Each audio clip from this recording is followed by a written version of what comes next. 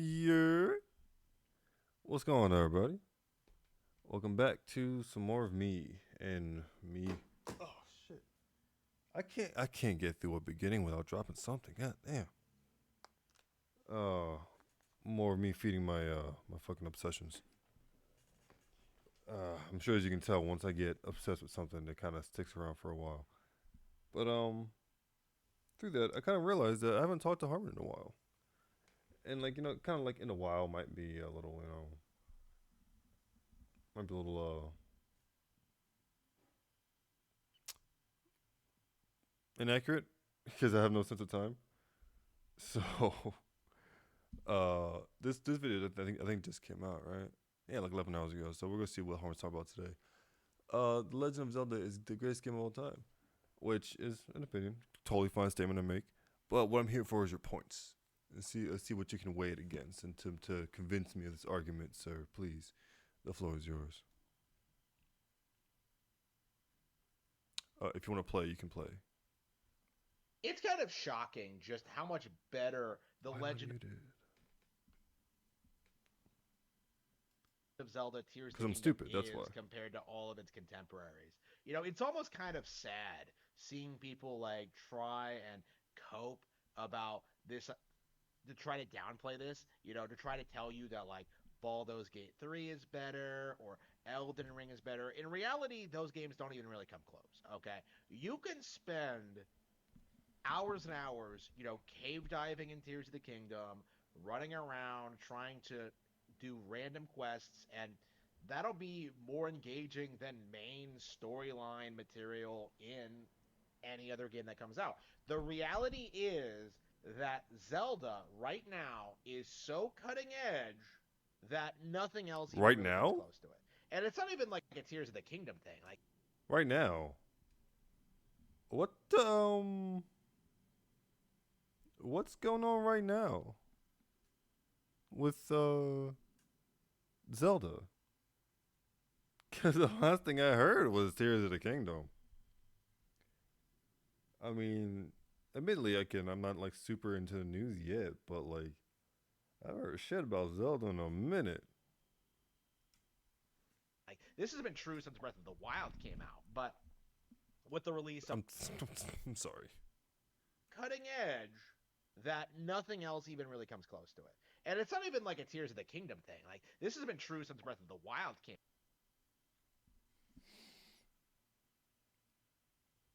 Yes, and that was like 7 years ago. Truthfully, I don't know when Breath of the Wild came out, but I'm pretty sure it was before 2020. I'm pretty sure that was 2019's game of the year, wasn't it? Something like that. But what game came out between A and B? Was the remake of Majora's Mask, right? The top down one that did well that I mentioned a while ago. That's not cutting edge though. And the innovations that happened on Tears of Kingdom, in my opinion, weren't like cutting edge. It's more just they had more ideas that they can do with the engine. I don't think it's cutting edge personally. I mean that might sound reductive, but like from what they did, that the change, I couldn't see anything particularly special with it. So I don't know what the fuck you're talking about, sir. Came out. But with the release of like Echoes of Wisdom and Tears of the Kingdom, like it really needs to be understood that Zelda is absolutely the best fantasy game on the market. It excels at its genre. Nothing else even really comes close. And all the copes that people have. The best fantasy game on the market is a very good question because it's like, what's your metric for that? Because there's a lot of different kinds of fantasy games, a lot of different kinds of fantasy games. So it's like, mm, I mean, I'm gonna have to put some thought into it to get like a real like list going. But off the top of the dome piece, like Skyrim. First of all, why is that being loud now? Hold on. Well, Skyrim, Elden Ring. I want to put like one game per like IP, because that's not fair. It's not fair in the slightest. Um, Skyrim, Elden Ring, The Witcher 3, Baldur's Gate 3, uh, World of Warcraft. I never played it, but I can't deny its success and it's like its impact. That would just be You foolish. know, like usually trying to Fucking like silly. act as if like RPGs have like better stories than Zelda, or like complaining about the tone, or like the fact Why the fuck did you just say RPGs like that as if Zelda isn't an RPG or like it's separate somehow? That was a weird way to phrase that. It may not be what you meant, but that's kind of what I felt like. like act as if like RPGs have like better Yeah. stories than Zelda, or like complaining about RPGs have better stories than Zelda. That's not a false statement because you made it so fucking broad. There are plenty of stories that are better than Zelda's story. And I'm sure there's stories that are worse. But like, you're gonna cast a broad net, you're gonna get a lot of fucking answers, my guy. the tone, or like the fact that it's a Nintendo game, right? It's all just a gigantic cope, because The Witcher 3 never came close to this, Skyrim never came close to this. Uh like nothing Didn't I mention a little while ago how Skyrim was one of the most overly re-released games? You don't get that for being unpopular, unless you're The Last of Us. is really touching Zelda at what it does. And the narrative has always been like, well, we don't like what Well, what Zelda does Zelda does. do? What does Zelda do exactly? Puzzles? Zelda does do puzzles. That's not me being sarcastic. Zelda does do puzzles. But what's the statement? I don't know why subtitles aren't working for today for some reason. Oh, I guess it's just me being stupid again. All right, great. I'm glad we cleared that up. Close to this, Skyrim never came close to this. Uh, like nothing is really touching Zelda at what it does. And the narrative has always been like, well, we don't like what Zelda does. But that's just a giant cope from people. Which is a completely fair statement or a stance to have. That's totally fair. If you don't like what Zelda does, then you don't like what Zelda does. But again, it's subjective, so it doesn't mean it's bad. You're just butthurt. Always been like, well, we don't like what Zelda does. But that's just a giant cope from people who don't really know or respect anything, Of course. I mean, or respect it's, Nintendo. That's if kind they of the disagree with mindset you, these of people course are they're in, wrong. is that they're just going to complain and whine and cry about Nintendo no matter what. And usually people are like willing to like just let it be their Who actually whines about Nintendo? Like, who whines against Nintendo, I should say. People whine for Nintendo. But I don't think people whine against Nintendo. Not as far as I know. opinion or whatever. And that's probably how it should be, but when you look and see just how aggressive they are at just denouncing everything Nintendo makes, right? Like that in and of itself is a problem. Seeing the industry like rally around IGN's 5 out of 10 score for Mario and Luigi Brothership, the 5 out of delusional 10? That's crazy. From IGN? Well, let me not say that. Let me slow down. Alana broke it down. I remember her video. A 7 out of 10 is average. But that's still below average. That's painfully mid. Coming from IGN, that's painfully mid. Damn. What series were we talking about that had a decline in quality? I guess I'm not that high yet to remember that out of my memory just like that. But we're talking about something like that, and like I said, Mario Mars one of those games that have too many spin-offs. Hatred for games like Kid Icarus Uprising or Star Fox Zero, You know, right? he keeps Like, mentioning that game, but I've never looked into it. I've watched people talk about this man for a long time, and I never looked up that game. He mentions it all the time. Maybe I should do that. Someone needs to remind me of that, because I'm gonna forget. there is a very real problem in the community where people are acting as if these games are bad in order to prop up whatever nonsense that they want to push on He's not wrong. Some people do that, and also you do that. So it's like, you that weekend, right? And the thing about like where Zelda is right now, there really where is Zelda right isn't now? a viable alternative to it. There is nothing that even really comes close to what Zelda does. Horizon Zero Dawn, It's just fair, I suppose. failing the way it did. Well, The red actually, Hoyoverse is doing what Zelda's done. Hoyoverse is probably gonna be Zelda's biggest competition. It might sound a little wild, but they put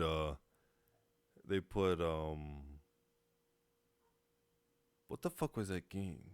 The first Breath of the Wild clone. The one that people got a whole fucking. I just played it. I cannot remember the goddamn name of it. I played it on a phone first, and as soon as I played it on the phone, I was thinking this would be fantastic on consoles. And then they released it on Xbox recently. I'm like, yep, I was right. This is great on consoles, right? Which leads me to believe that Breath of the Wild would do fantastically on both fucking PlayStation and Xbox, or that playstyle would, or that Zelda like, or Breath of the Wild like, you know. But again, they did that with that and fucking Honkai Star Rail. I don't think Honkai Star Rail is coming to Xbox anytime soon, but I'm pretty sure it's on PlayStation, right? It's definitely on mobile. I'm pretty sure. But if Hoyoverse gets their shit together, they could be a Nintendo competitor in that kind of lane, and that'd be interesting to watch. Lego Horizon being one of the lowest selling games of last year, I believe. You know, seeing like an IP like that like come out of nowhere, be hyped up, be worshipped, and then just be discarded just as quickly, it really goes to show you what the future of like anti-Zelda discussion is going to be. Nothing Is probably. that they are simply running out of options. Like they are running out of like niche, obscure franchises to prop up and pretend, oh, we've always liked this more than Zelda. Like in 2023 they had to like revive Baldur's Gate 3 from the grave. To and to try and gaslight people Well, into thinking this was some like industry defining thing. It isn't. But like okay. I'm trying to be too nitpicky. We just started the night and we got a lot to get through. But I need to hear that again. That's kind of funny. Baldur's Gate 3 from the Right. You can't revive something that was not once dead. You can't revive Baldur's Gate 3 if Baldur's Gate 3 hadn't existed until Baldur's Gate 3 existed. grave, to and to try and gaslight people into thinking this was some like industry defining thing. It isn't. But like Okay. it just isn't working. When I can play like Tears of the Kingdom like almost 2 years later and still find a whole host of like things to do and things to find and boss encounters to have and find like and You know, I do share his like kind of recollection of these kinds of things because we all experience them. That's kind of what I'm getting to right now. Is that that's not a special thing. It is special to the individual and the individual of that game, but that kind of thing has been like very like commonplace in the past at least 10 years of games. I mean, she had shit way back even GTA 1 and 2. You had shit like that. As you get Easter eggs and stuff has been fine. Is been everywhere. But I imagine you meaning like you're highlighting how much stuff is in the game, and then again, motherfuckers still haven't gone to Mogwin. Motherfuckers haven't shut Millennia up. I have once. That's all I need to do. I need to do it one time and that's it. I tried a second time, but I didn't. I'm like, nope. You know what? I digress. The point is, you can find these experiences in other games.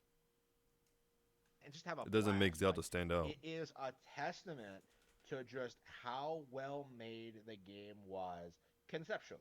And the big gigantic hope that everyone has that it's the same game as the original is just a complete and blatant lie.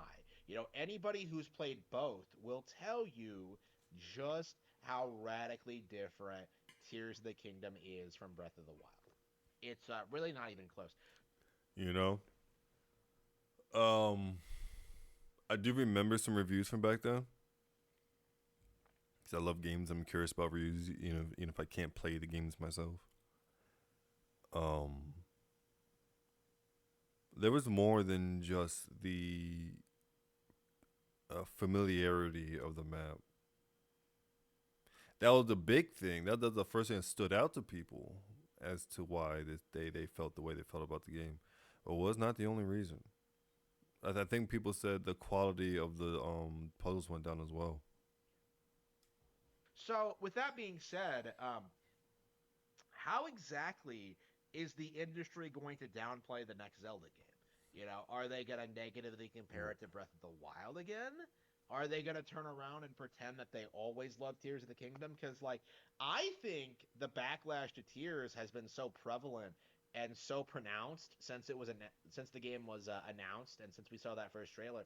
Like, I don't think I'm going to Since it respect released, anybody maybe.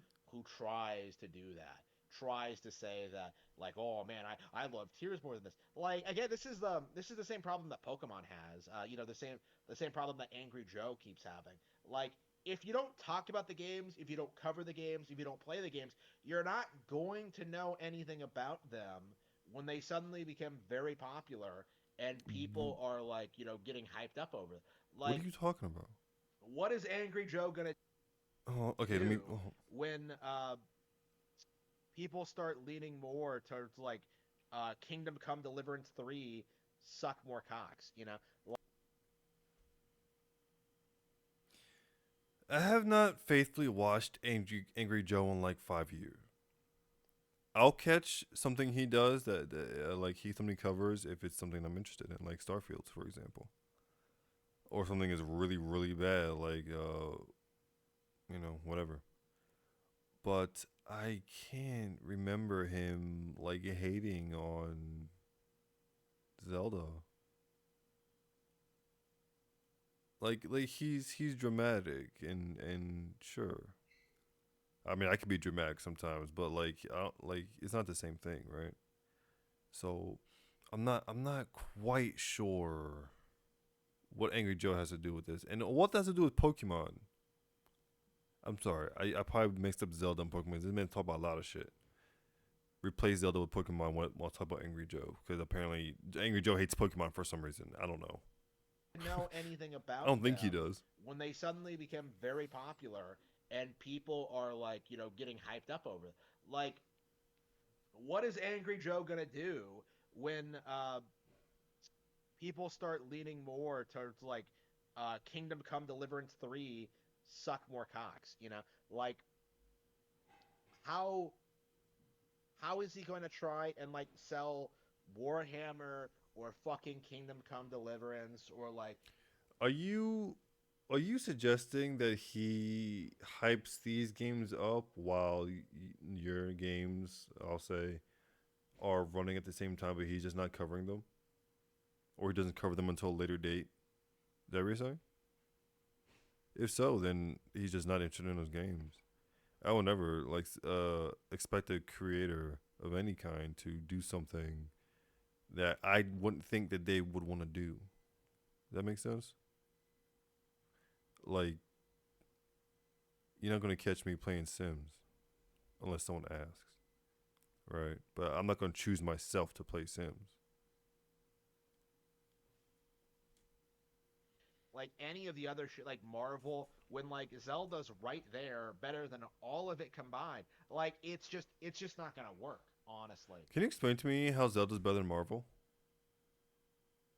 That'd be a very interesting fucking conversation because I cannot for the life of me see why. If one could try to argue the story, but I mean, Marvel has very good stories.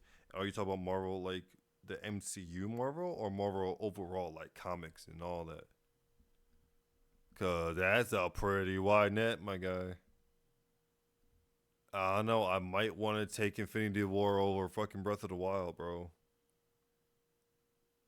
I might have to take the trilogy of the Captain America up through Endgame. Like how like those mainline movies over every Zelda game from Breath of the Wild till now.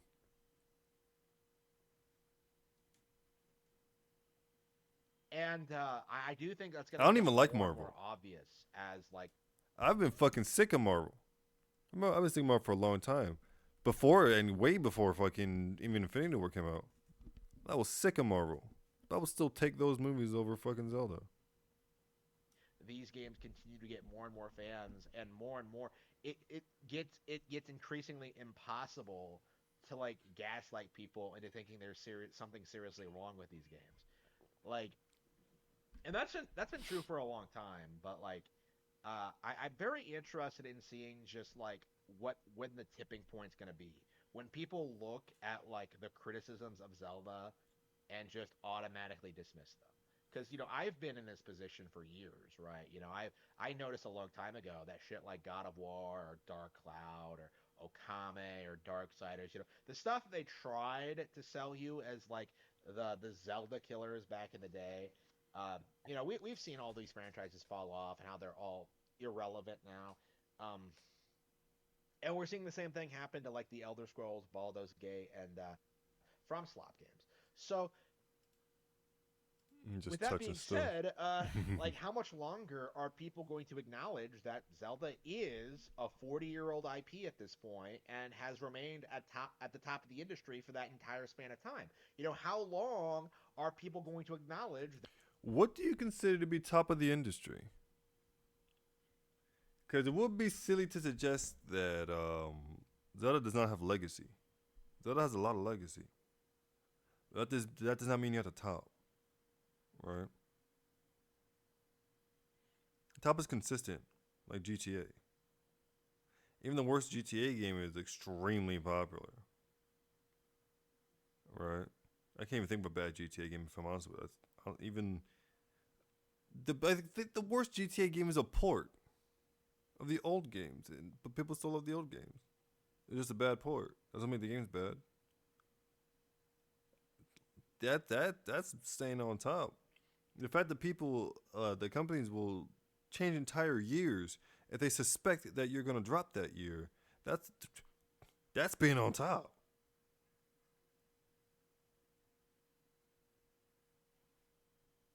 That Zelda has stayed relevant longer than any of its competitors. How much I can't think of a single game from a time that happened to. It's happened with Xbox games. It's happened with PlayStation games. It happens with individual studios. It has not happened with Nintendo. Somebody correct me, but I don't think anyone's ever changed their fucking calendar because Mario's dropping. I will be fucking baffled if uh, any Bethesda game moved 2 hours behind or ahead for fucking Legend of Zelda.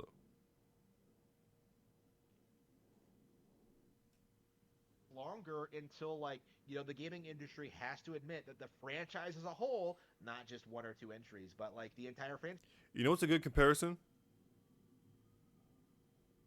I'm pretty sure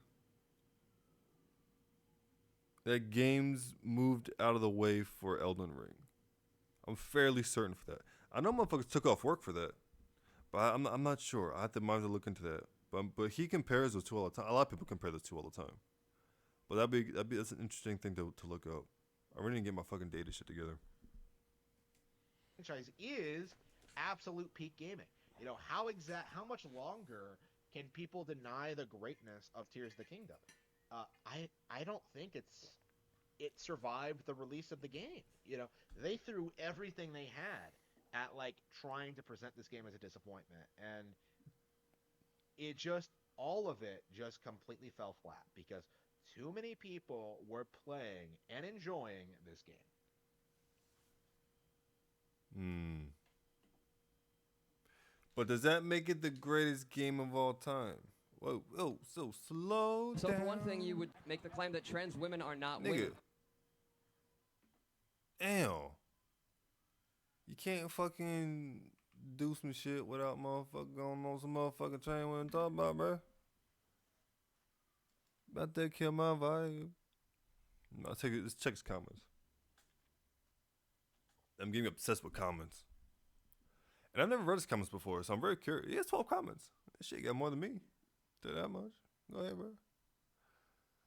bro. So tell there's nothing seriously to complete about TOTK. Everything else is just coping.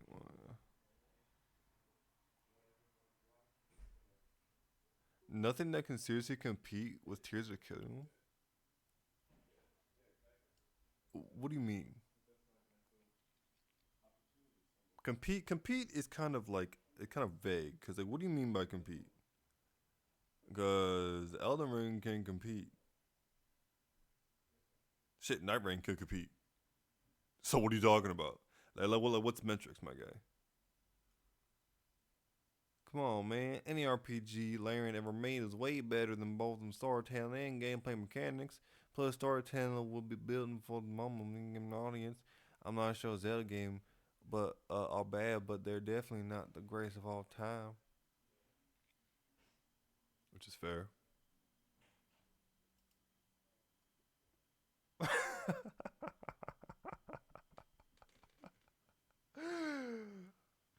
Yeah, you tell him, Harmon. You tell him, man. No one cares about Larian. Did he like his own post? Can I see who liked that? I can't see who liked it. You're fucking goofy, bro. Alright. Now that the warm up's done. PC Master Race will fail before. Nah! Gotta say, I stay focused. What is this? I forget what this is. Oh, why is that up? That fucking. Oh, that's my Discord. That's my Discord. That's the fucking Twitch. My fucking VODs and shit. Alright. I saw this shit like a half an hour before I fucking started streaming this. And I saw from like an article on IGN, and I was like, well, it's IGN, so let me read it before I fucking start, doing whatever about it. And I skimmed it. I'm like, did he actually said this? And I've been talking about Intergalactic for the past like week or so, comparing trailers and shit. So I'm interested to see what he has to say about this game. Although this is not the entire video.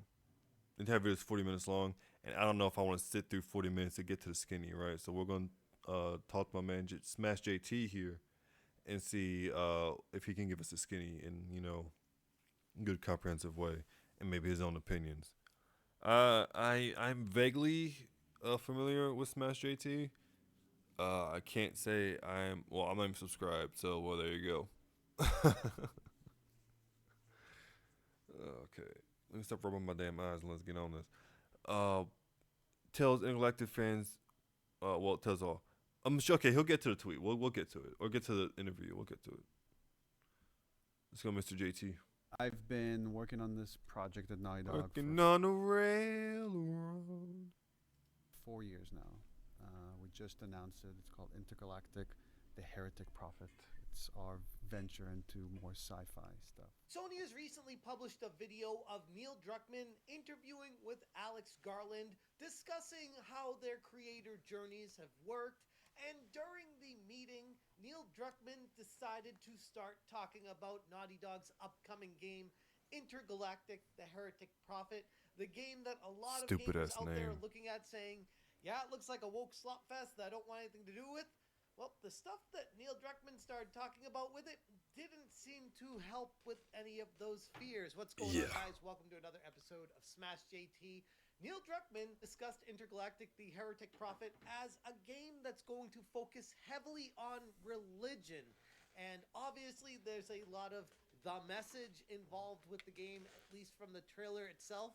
combined with Naughty Dog's recent history of games, you put it all together and say, yeah, this game that's coming out from them seems pretty doomed for failure. Yeah. Hit that subscribe, give me a like, and check out SmashJT.com. We'll see. Full article discussing the interview of Neil Druckmann. No promises yet, but you know what? You're off to a good start. I ain't gonna hold you. And Intergalactic the Heretic Prophet, and how this game looks to be even worse than many. I like your pattern too. I'm getting kind of sick of all this, like super colorful, gaming Twitch streamer background shit. Personally, I do like muted colors, and I like the simple design here. I like that. The Heretic Prophet, and how this game looks to be even worse than many people thought. But before we even go too far into the video, let me show you guys my favorite clip from this whole thing, because I feel like it sums everything up perfectly. Who gives a shit? Exactly. So we finally have some information from the source themselves discussing Intergalactic the Heretic Prophet, more than just, space cowboy girl boss in space that is trying to save the future. And I wasn't thinking space cowboy. version of What the? I don't even know. I didn't even put a label on the bitch. I just thought she was just annoying. I guess she would be a Han Solo type, but that's a little too on the nose. I wouldn't want to desecrate the man's name like that, like more than Star Wars already did. in space that is trying to save the future, and it's a different version of the 80s. It takes place 2,000 years in an alternate future that deviates in the late 80s. Wow. And we spent like years. Are you that shocked by that? I'm sorry, sir. That did not warrant that. Even if you're paid, bro, come on. You don't gotta fucking act like he just gave you the biggest of your life, my guy. Shit. It's a retro future. Deviated from the 80s. When he described it, I was just thinking about how Fallout is a retro future deviated in like the 50s. That's not a huge, 80s. This is a 30. Dog, come on now. Version of the 80s. It takes place 2,000 years in an alternate future that deviates in the late 80s. Wow. And we spent like years just coming up with that timeline, and it's dealing with. It's funny. It's like I joke about this with the team. It's like, we made a game with The Last of Us 2. We made certain creative decisions. That got us a lot of hate. A lot of people love it, but a lot of people hate that game. Who gives a shit? Exactly. No, apparently it's a lot deeper than that. Ugh. And by deeper, I mean a new take on religion. Where the timeline deviates, this new religion becomes pretty prominent. And then we spend years just building out this religion of from the original prophet all the way how it gets changed and sometimes bastardized and evolves over all these years. And then all these people from this. How many? You said 2,000 years? 2,000. Coincidentally, 2,000 years. Coincidentally, 2,000. Egon's controversial top dog, Neil Druckmann, has finally pulled back the curtain on the studio's next big project, Intergalactic the Heretic Prophet. And of course, to no one's surprise, it looks like another heavy-handed, narrative-driven game built to push thought-provoking woke themes rather than any kind of actual fun game. It's like, oh my god. I just, when he just said woke themes, I just had the idea of this religion being a woke religion. And it's like, you can do whatever you want with that because it's completely fiction. But it's going to be heavily mirroring or probably so David Cage on the nose with real life shit. It's going to be disgusting. Oh my god, it's going to be horrible. I'm glad I don't have a PlayStation. I'm so glad I do not have a PlayStation, because if I did, I would be compelled to play this on stream. I'm going to be compelled to play, say, if Forspoken went to Game Pass, I would be compelled to play that, at least one episode, because I have a series called New Game Pass Games. I'm so happy I don't have new PlayStation games. play. Given the direction that Druckmann has been taking Naughty Dog in the recent years, it's not too surprising. And the Heretic Prophet taking a stance focusing heavily on religion and faith in an alternate future immediately raised plenty of red flags all around, suggesting Yeah. to me that it will be yet another extremely divisive, bloated, and pretentious experience that ultimately will alienate core gamers. Would I like to be wrong about this? I don't would love to know, be wrong actually. about that. I kind of want Naughty Dog to fail with the direction that Neil Druckmann's been taking things. It's the only way. Completely that understandable. Lesson that this is not the direction that gamers want things to go. But then again, if 100% Neil Druckmann's able understandable. to learn lessons from the past of what people liked and didn't like, then sure, I'm open to it. But I wouldn't hold my breath. I would not And hold this my whole breath. religion takes place on this one planet, and then at one point, all communication stops from this planet. Nice. And you're playing a bounty hunter that's chasing her bounty, and she crash lands on this planet. Despite all the negativity surrounding this game, even initially, because we've just had one overview trailer of it that barely touched on what the game. You know what that kind of reminds me of?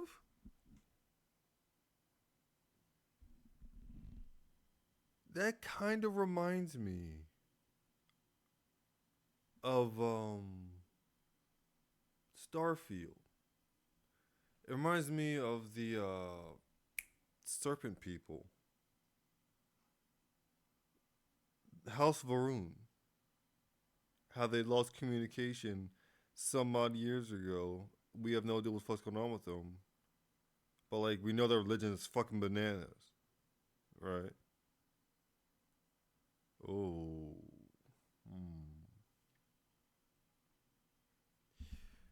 Could we glean something from that? I'm not saying that Neil stole the idea, because obviously, I mean, you know, the game development takes a long time, right? But they're not dissimilar. Maybe we can glean something from where the story may be going. Actually entailed. The comment section is oddly curated to a lot of More like plot positive point wise, like sentiment, beat wise, at you know, least not like what's currently. actually And going it's gotta on. make you wonder if they might be doing some deleting of negativity in order to try to change the perception of the ordinary every person going to the comment section for reinforcement of what this game is and trying to present it in a better way.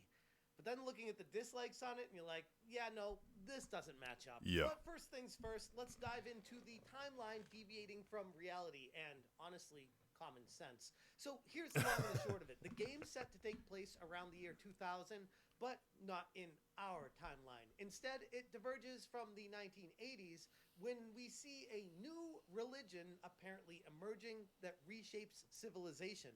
This mysterious faith is centered on the planet Semperia, and it seems to be the core of the game's setting. Yet details remain quite vague beyond the fact that no one has had contact with Semperia for over 600 years. Players take on the role of Jordan, the shaved head protagonist, who crash lands on the isolated planet with no knowledge of what happened to its people. At one point, all communication stops from this planet. Nice. And you're playing a bounty Nice. hunter that's chasing her bounty, and she crash lands on this planet. And it's and I really wanted to make a game about faith and I religion, already but also love about this. It sounds just being awesome. lonely. Because so many of the previous games we've done, there's always like Dog, an ally with get you. off his I wee wee, really want you bro. to be lost in a place. Jeez. You're on his wee wee like he's on Abby's fucking abs, bro. Make a game about faith and I religion, already but also love about this. It sounds just being awesome. lonely. Because so many of the previous games we've done, there's always like an ally with you, and you're talking. I was like, I really want you to be lost in a place that you're really confused about what happened here. Who are the people here? What was their history? And in order to get off this planet, like You know, that was the quote that Jam put up. Or it might be, you know, they have, like, you know, fluffing their own fucking context around stuff. But the way the headline was Talking about was like, Neil Druckmann says that Intergalactic wants to be they want you to be lost in a place that you're really confused about what happened. lost and confused. See, I need to get better at this whole, you know, streaming thing. So I could pull up the fucking thing I'm talking about. But I don't know how to do that yet. I'm not that good yet. But the way the article was phrased like that and head like that was like Neil Druckmann is purposely trying to confuse his audience. Right. That's my initial thought. And I'm like, okay, let me think about this. Let me not just like flame him on fucking Twitter without thinking about it. And thinking about it, it's like, yeah. Yes. You want your audience, in a sense, to be lost and confused.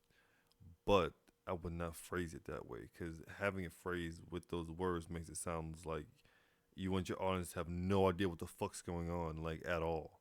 And that's not good. That's why motherfuckers leave Elden Ring, because they don't know what the fuck's going on. Right? What you want is your audience to be interested, intrigued, curious. Lost and confused sounds like they're stupid. What I said sounds like they have at least some intelligence. Happened here? Who are the people here? What was their history? And in order to get off this planet, like, again, no one has been heard from this planet for 600 years. So if you ever have hoped to have a chance to get off, you have to figure out what happened here. And honestly, if we weren't living in the age of wokeness and seeing all these games injected with the message, it kind of sounds vaguely interesting. Like, I gotta be honest, be like, oh, that sounds like a sci-fi adventure that I might be willing. That's not assuming that. That's why I'm not like flying off the handle at what he said, like with his own words. What he said is fine. It's just his wording is stupid. Conceptually, we'll see. I'm not gonna say I'm excited now or I'm looking forward to the next interview, but it's like, it's fine. And interested to partake in. But then you see Neil Druckmann, the person that seems to be quite indoctrinated with the message, and I can't help but think that this is going to be used as an avenue to push said message. 1,000,000%, just like I said. I could ask you, but I'm not going to, because it would put you on the spot, I think. And also, I'll cut it if I say the wrong thing. It's fine. The premise sounds to me like a sci-fi mystery, and it's clear Naughty Dog's main focus isn't on world Whether that's building, but a joke or also serious, on that's kind of creating funny. A deeply personal experience centered on isolation, reflection, and critical deconstruction of faith itself. Druckmann's description of the game should make it abundantly clear to anyone paying attention that the story they're working on is built entirely around faith and religion. Two Yeah. topics that he's never been very subtle about handling. I mean, yeah, not very subtle. I was just about to say, have you read the fucking title? The Heretic Prophet? God. It's like, I thought about this as a child, and I've always wanted to do it. But, there's a phrase around where I grew up where it's like a hit you over the head with words. Right? Like meaning you're thick-headed, right? You have to be told a few times to do something.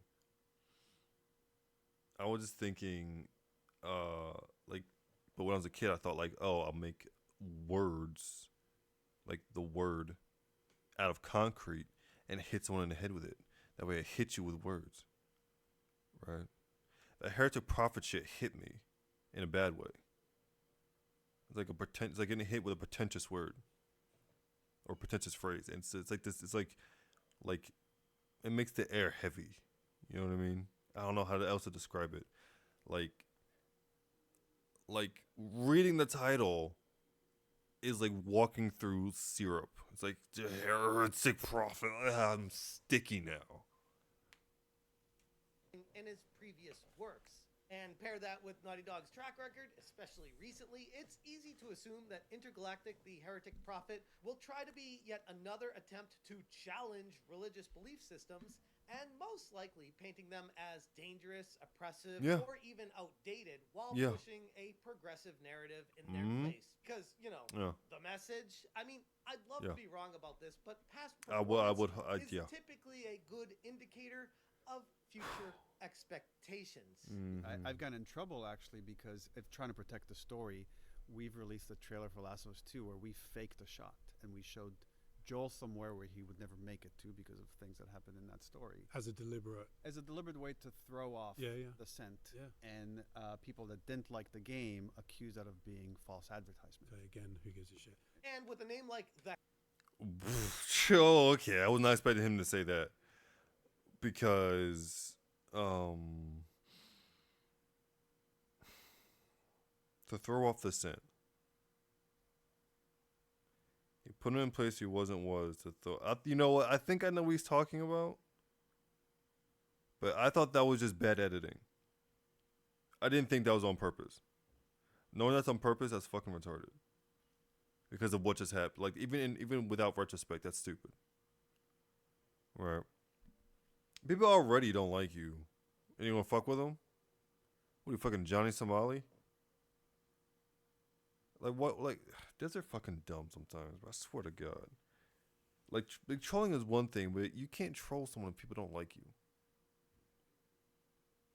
I don't think your fans even like you. I'm getting mean. A heretic prophet, it's not hard to guess where the story is going to be going. I'm going to expect a storyline where the religion is being demonized, the protagonist struggles with identity and belonging, shaves her head to be a rebel, and the game's message becomes more important than the gameplay itself. Yeah. The fact that the entire experience being presented here revolves around making players feel lonely and questioning the path that led them to where they are only reinforces the idea that this is yet another Druckmann-led introspective slog meant to make players feel miserable rather than entertained. Again, could I be wrong? Neil Of Druckmann does the course, same but damn looking thing. Not at Neil modern Druckmann, day sorry. Naughty David Dog, Cage I'm gonna bet on what's more does the same likely thing. here. Yes, these things have to be sold, and the way they are sold. Oh, it seems fuck. as- You. I forgot to fucking talk about you when you said who cares. Why would, like, it's stupid. Why you were on this man's dick, first of all. Secondly, like, you shouldn't. It's one thing to support someone's creative vision. It's another thing to just you're just a meat writer. Like, I don't know why I'm thinking about this so hard for you. You're just a meat writer, honestly.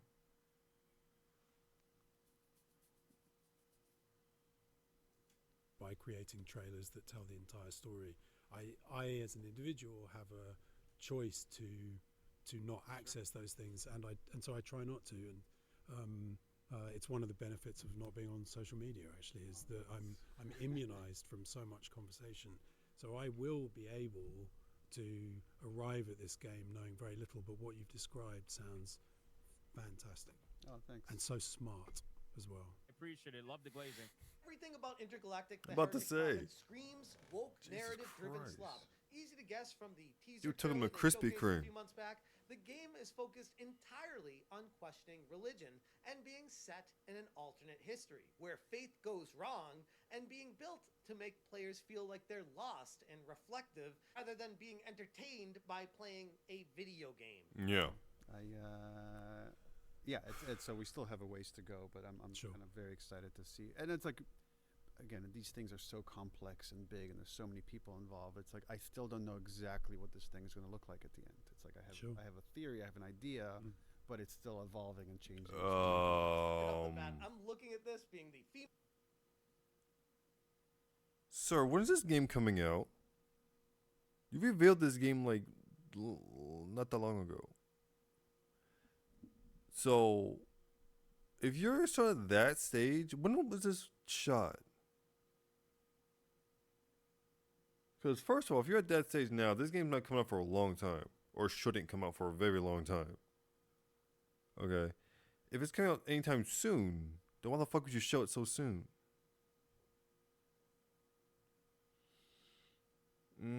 Everything this man says just makes me like lose faith in him. Female Ow. lead protagonist shaving her head, being the hardcore girl boss that she is, and pairing that with how it looks like the prototypical woke female in the modern era, paired with Naughty Dog and Neil Druckmann in the direction of what they did with Last of Us Part 2. It's not hard to imagine that It's this not game hard. is going to follow Yeah. closely in the footsteps of that. Which, don't worry, I'm sure it's going to be praised by all those woke game journalists out there and all those ex-Twitter activist bots that just want to praise this game every chance they Yeah. get. But in reality, will be wholeheartedly rejected by gamers, the people. In reality, I'm gonna have to try to ignore like half of them bitches because I could make a video on the whole thing.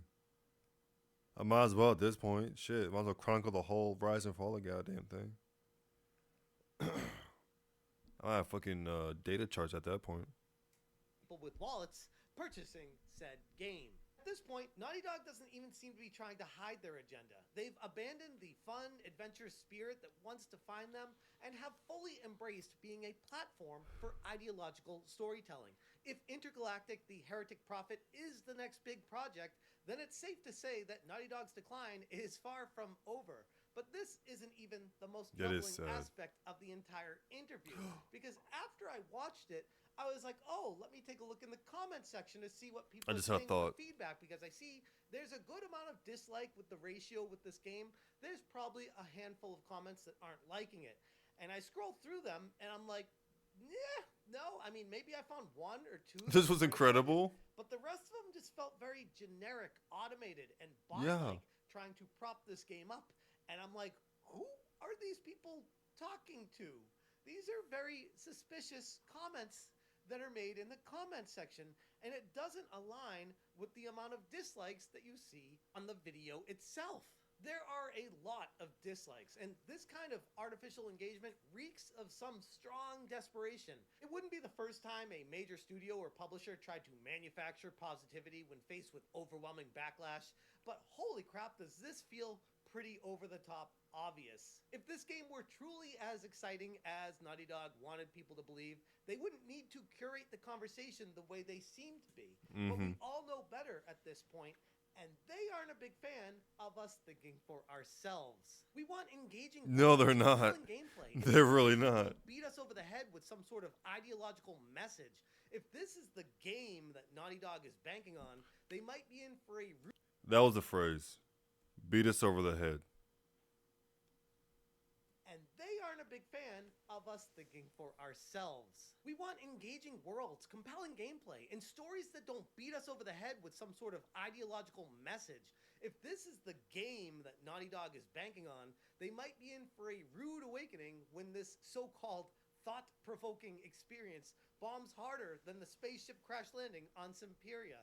But time will certainly tell, and I am extremely curious to see Time what will tell. happens with this title in particular. I'm going to leave it there. If you guys want more information, check out smashjt.com. I will link this article. Yeah, man, that's fucking wild. This game is gonna be newsworthy. It's 4 days ago. No shit. This is a great video, bro. Like and subscribe. Let's take your comments, my guy. He thinks he's Kojima and it's hilarious. He really does. Dude really does think he's fucking Kojima. He thinks everything he does is fucking gold and would. I'm not saying that everything Kojima does is gold, but like damn near close to it. Especially when it comes to writing. Who gives a shit? Of course, who cares about playing it exactly? Customer. You have to satisfy a customer. Unless your customer base just wants to see more Abby shit, bro. Who gives a shit? Massive portion of the fan base. Exactly. Well, actually, yeah. Well, what would be the fan base? The PlayStation fan base. Not like I don't think Intergalactic even has a fan base. As soon as discover they won't have a company to survive, they might as well. Yeah, they might as well. Yeah. Not talking to a game. Who gives a shit? Exactly. Space lesbians. You're probably not wrong, but I'm getting a good vibe from the way you said that. Alright. Oh right, I wanted to check something before there's some other news I heard like a week ago that I want to look into. Like Ubisoft selling their shit. Oh. Ubisoft sell. I definitely spelled that shit wrong. 1000% about that shit, bro. What? There we go. It's 6 minutes, thank God. Is Ubisoft looking to sell out the franchise? It was more than 3 days ago that I heard this, but this looks like the most recent video, so I'll watch this one. What's up, everybody? Welcome to Podcast Now. I'm Alex, and Also, first for that voice, holy shit! I'm sorry, I was not prepared. I apologize. I do not watch podcasts now. I have heard of them. I'm sure I've watched a thing or two that they've done. I wouldn't be surprised. But again, I'm not even subscribed to these people. But they're like A2K, you know. So this could be good. This could be good. in this video, we may have just heard a little bit about the future of Ubisoft. Now, it didn't go down the way that I thought it would, but we have a minority shareholder of AJ Investments that are accusing Ubisoft of not just what we're going to talk about, but I do want to focus on this as the main thing. Basically, what it boils down to is they say that they had talks, Ubisoft had talks with EA as well as Microsoft to acquire their IPs, and they didn't disclose that information. Now, there was a few other things that they talked about. They weren't really happy, with Ubisoft's decision-making and, some other things that they had shared as well. I think they're going to protest in general because of all of this stuff. So some pretty spicy stuff going on right before, by the way, on the eve. I mean, I know literally not, I guess, the night before, but the week before Assassin's Creed Shadows comes out, right? We know that that game is I thought it came out. I would say make or break, or at least really give us a good look as to where Ubisoft is going to go, depending on if Shadows sells, doesn't sell, somewhere in between. I think a lot's going to happen to Ubisoft, over the next, 2 weeks. But this I consider rather big, right? Because probably. It's an accusation for sure, right? So you probably should take it with a grain of salt, okay? They're accusing them of doing this. I don't think Ubisoft confirmed this when they kind of came back at them. So right now it's just, I guess, a rumor. But if this were to be true, right, or if this is true, I think this just kind of gives us a early look at, okay, well, exactly what I just said, right? Assassin's Creed Shadows is going to do some stuff, and I've been saying it for a long time. I mean, I think the Ubisoft that we know of right now is probably not going to be the Ubisoft we know in just a little while, and even if it's not just a little while. Did you say Assassin's Creed Shadows is going to do some stuff? Because I have to disagree. I don't know what Shadows is trying to do, but I can't imagine that Ghost of Tsushima didn't already do that, or Ghost of Yotei ain't already about to do that, or Tenchu Z hasn't already done, or previous Assassin's Creeds. If this were to be true, right, or if this is true, I think this just kind of gives us a early look at, okay, well, exactly what I just said, right? Assassin's Creed Shadows is going to do some stuff, and I've been saying it for a long time. I mean, I think the Ubisoft that we know of right now is probably not going to be the Ubisoft we know in just a little while. And even if it's not just a little while, I don't think Ubisoft in this form exists and survives going in the next 2, 3, 4 years, right? I really think maybe Ubisoft, the name is probably still around, and the brand and all that stuff. And this could be one way that they're different, right? Because it seems like potentially they were already having discussions with EA and Microsoft to buy their IPs or rent them, stuff like that. Now I got to be honest with you, okay? I actually like this idea. Now, of course, you're rolling the dice, and we've seen these situations not work out so well. I mean, you can go to a personal one that's really. So you know how I know this game is lacking imagination. I am seeing Dying Light 2 right now. Is it exact? No.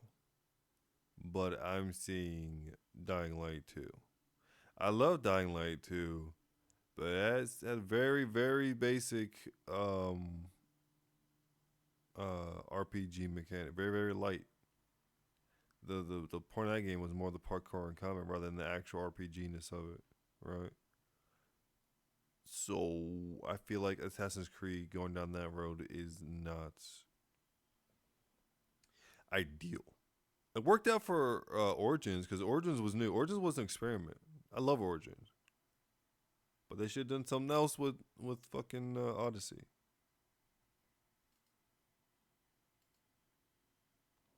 It hurts me as an individual. Like Crash Bandicoot, right? Like you have that under Activision. Activision just took so little care after they brought it back. They did a good job, I guess, originally. Insane Trilogy, all that stuff, and Microsoft buys them, and it's like, okay, this is their chance to show, that kid-friendly market. Even though I'm not a kid, I love freaking Crash. Listen, my guy. Listen. I'm gonna step up my chair now, okay? Because you're not about to sit here and slide with that. You can't say a company has not done something with once an IP bought if after the IP bought comes out a remaster. You don't need to do anything from that point, really. They remastered it beautifully. And I think CTR as well. I don't know if they did it. I don't know if the IP, right? In that case, that's 2, right? Let me just rewind and make sure I didn't misunderstand what you're saying. Microsoft buys them, and it's like, okay, this is their chance to show, that kid-friendly market. Little care after they brought it back. They Activision. So I can look and see if Activision did the remasters. But either way, I see when they bought them.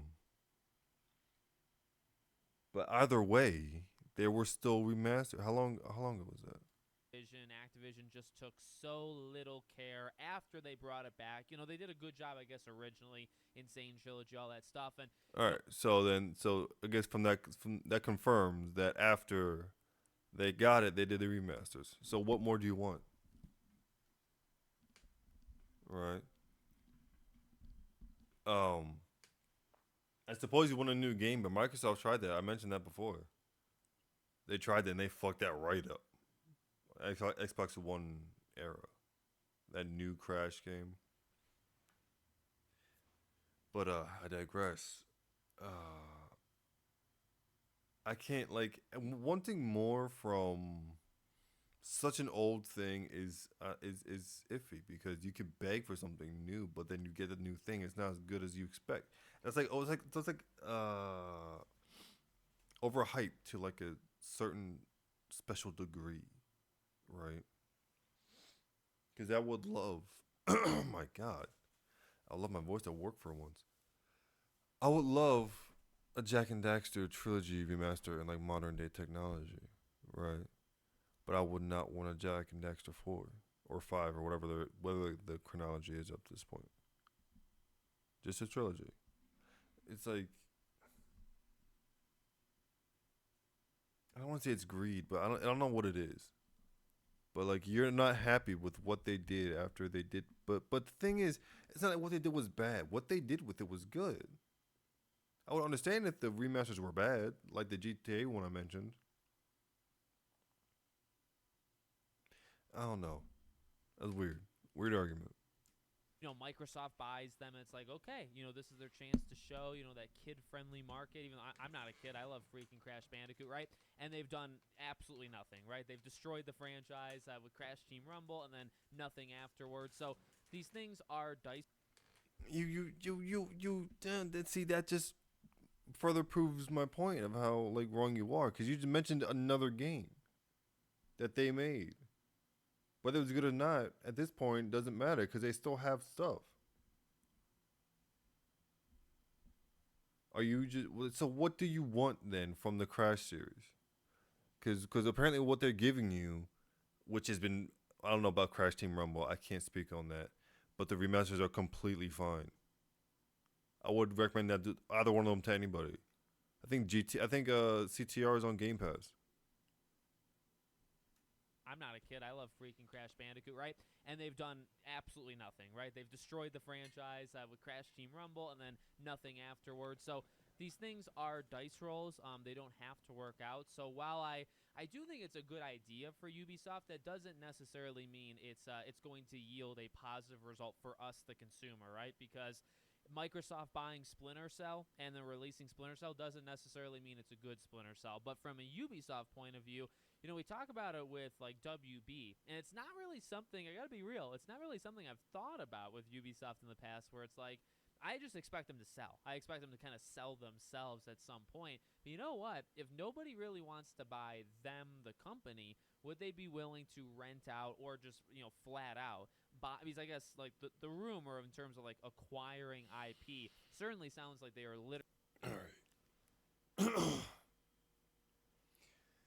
It's not about like you not knowing what you're talking about right now with this pause. It's about you not taking a breath when you talk. I feel like you've had like a 3.5 minute sentence, right? I may be listening too closely, but it feels like a long sentence. Or it could just be high. Either one. The company, would they be willing to rent out or just, flat out buy? Because I guess like the rumor in terms of like acquiring IP certainly sounds like they are literally going to sell it off. Kind of like what Square Enix, I guess, did right years ago with Deus Ex and all that kind of stuff. Like literally, I remember that. they're letting them go. They will not have it anymore. And that's a bit more risky, I guess, for Ubisoft, right? Because you're just saying, okay, here's the price point. We're going to put this on Splinter Cell, this on Prince of Price Persia, this tag on on your Beyond Good head. and Evil. And once it's bought, yeah, we're going to make some money, but we literally lose, ever being able to do that again. Really, I think what it would do for Ubisoft is continue to streamline them, which is kind of a good and a bad thing, right? It kind of keeps their focus, in one direction. Just kind of a good and a bad thing, right? It kind of keeps their focus. Nope. You literally lose, ever being able to do that again. Really, I think. If they're willing to sell anything, then they don't give a shit about that. They've already considered that. That's also not your fucking problem.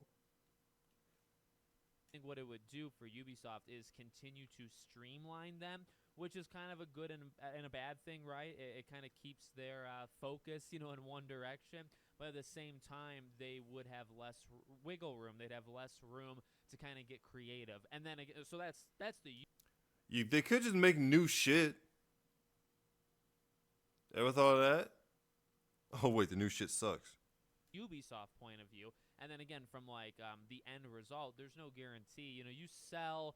I mean, I just said Splinter Cell to Xbox. How about you sell something to EA, and then let's watch, what kind of microtransactions, they put into the thing. So, there's good and bad. There's good and bad potential. I'm not saying it necessarily actually would be bad, and I think from a Ubisoft perspective, it's probably the way that's going. I mean, if we're really going to follow it through, I think it's very possible that, say, in the next couple of years, they have Far Cry, they have, Assassin's Creed, maybe like Prince of Persia, a couple things, right? Of course, they're always free to, like, make new things, but of course they, I don't think that saying Ubisoft has a few things is accurate. They have a lot of stuff. Ubisoft has a lot of stuff. They have Watch Dogs too, don't they? They have a lot. They have a lot of stuff. A lot of stuff that's dormant. I will definitely concede, but they do have a lot of stuff. As far as I can they remember. got their established stuff, and maybe they just sell off a bunch of stuff, right? 3-4 franchises they're not planning on using. You sell it for a couple tens of millions of dollars. You make a little bit of money, and you will. I will say, I guess, again, from a positive of a consumer, at least you give the possibility of somebody doing something with it. Like Watch Dogs. I would say Watch Dogs is a franchise that I think has always had potential. I think probably was at its peak around Watch Dogs 1. It was a misunderstood kind of era, right? But I mean, Yo, that is not a good argument. That is not a good argument.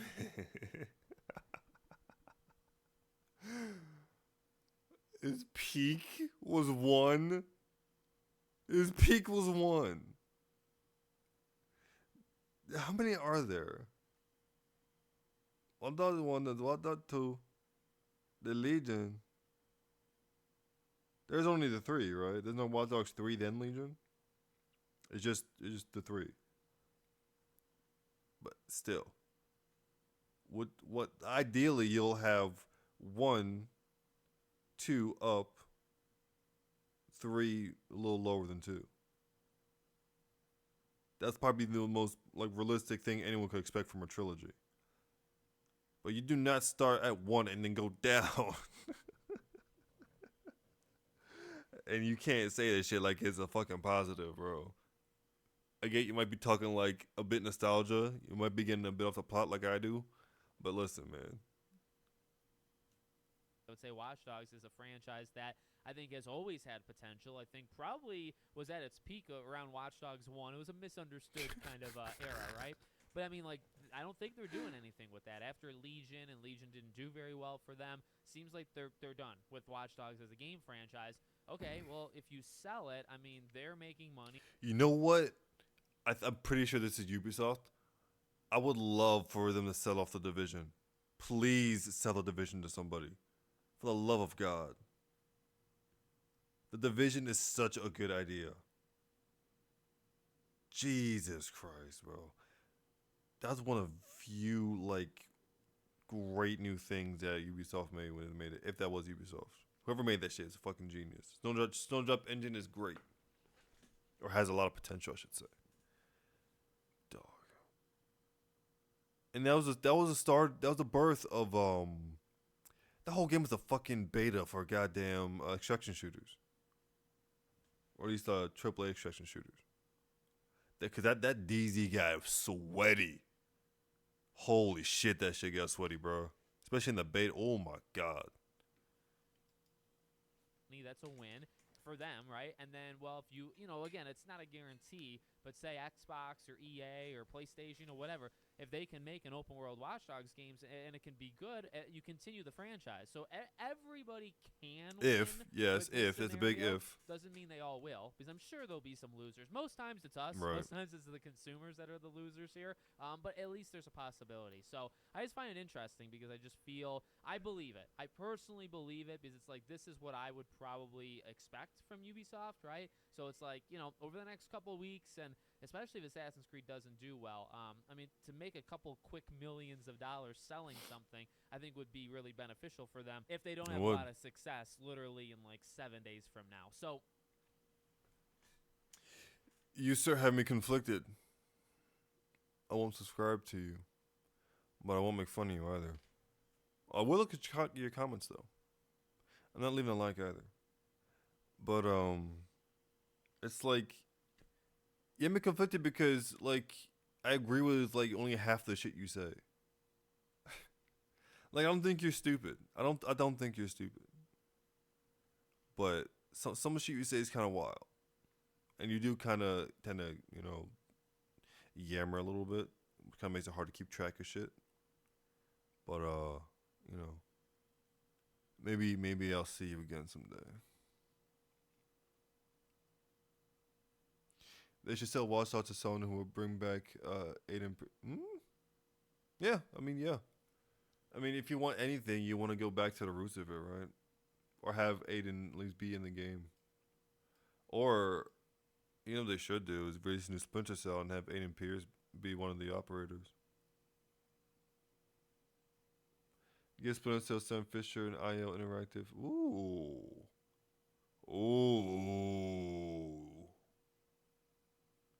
Splinter Cell to the Hitman creators? Absolutely. Hitman is fucking disgusting. And that would fit very well. And the crossover is obviously there. You have to be like a spy versus spy. Ooh!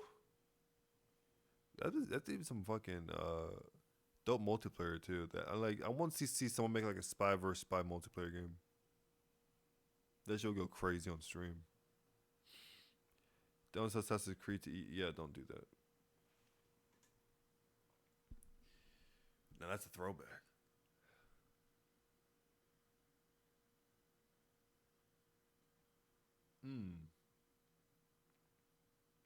Well, I don't think Sony can give Kojima anything because Kojima is his own thing. As far as I'm still aware that maybe they're partners. I don't know if it's a giving kind of thing. But I do agree that Kojima could do some crazy work with Splinter Cell.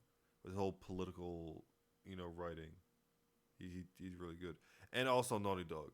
Naughty Dog would do Splinter Cell pretty well too. They would treat it like a more like make a grittier corporate espionage. Uncharted. That'd be really good. Really, really good. Good idea.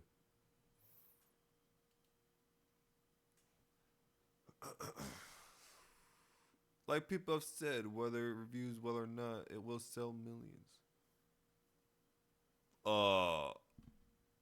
Who said that, and in what context? Because that does not fit for everything. I don't think Concord sold millions, did it? I thought Concord sold like 12.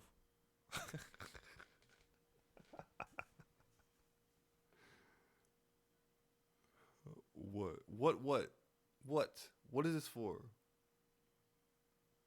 Did you forget to hit reply on somebody? I did that too before. I ain't gonna hold you. I'm just gonna just boop. All right, what's next?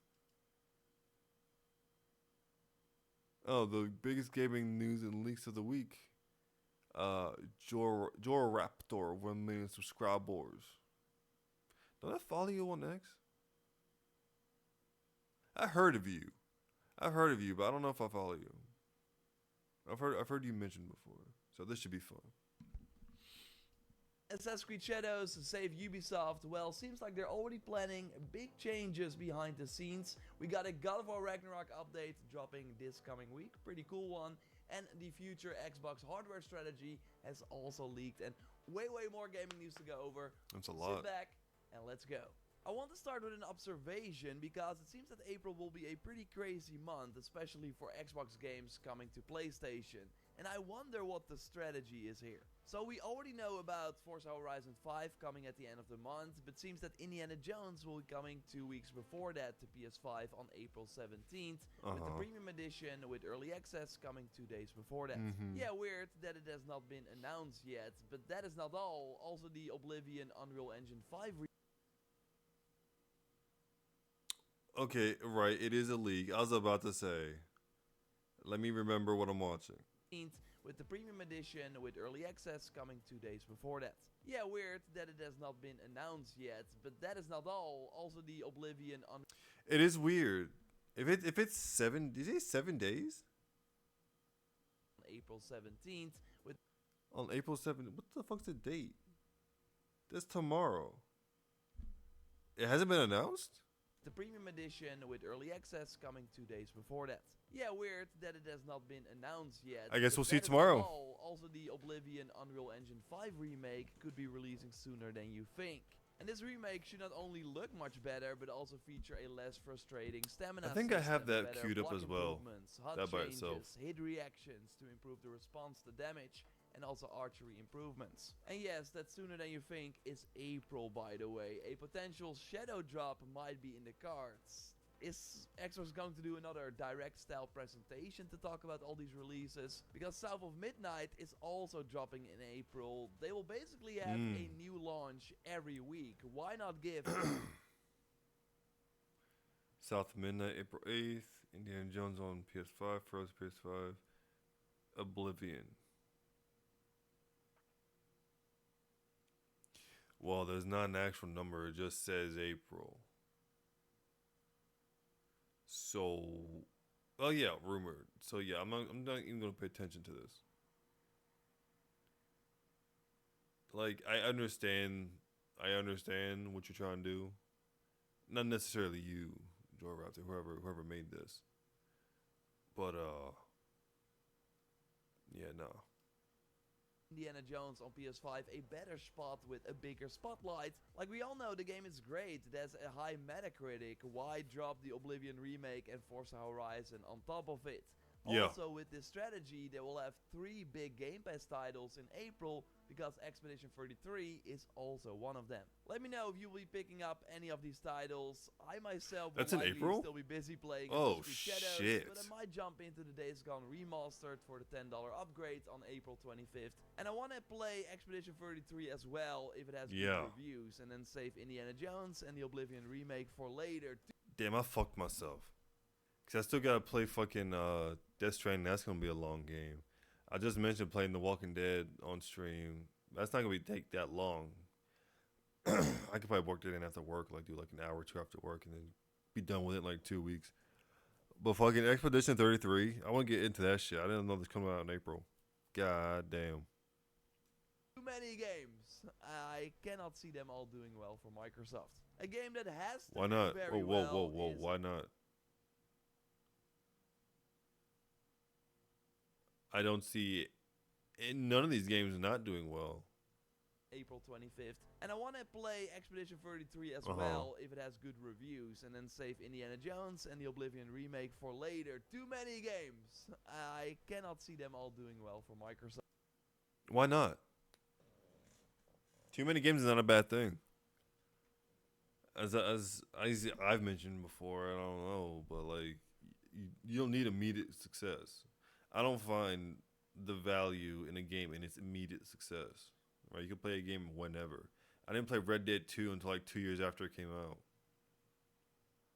Right? And I don't think, again, neither one of these games, South of Midnight, Forza, Steph sure as fuck not Oblivion. Like, is that a doubt? I don't understand. that might need a little bit of explanation, my guy.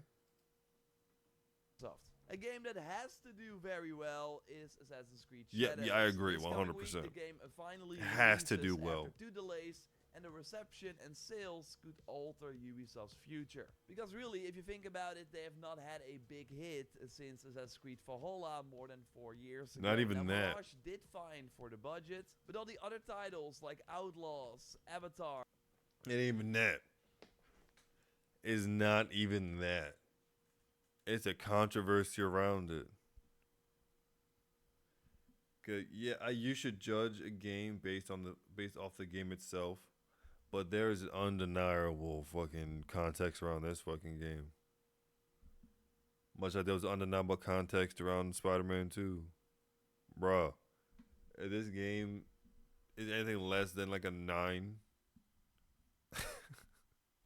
like not Game Journal 9, like an actual 9, then that's not gonna be good for Assassin's Creed. X Defiant, The Prince of Persia, The Lost Crown, Mario plus Rabbids, the second game, Skull and Bones, Assassin's Creed Nexus, Roller Champions, Rainbow Six Extraction, Riders Republic, and even Far Cry 6 to a certain degree, all underperformed.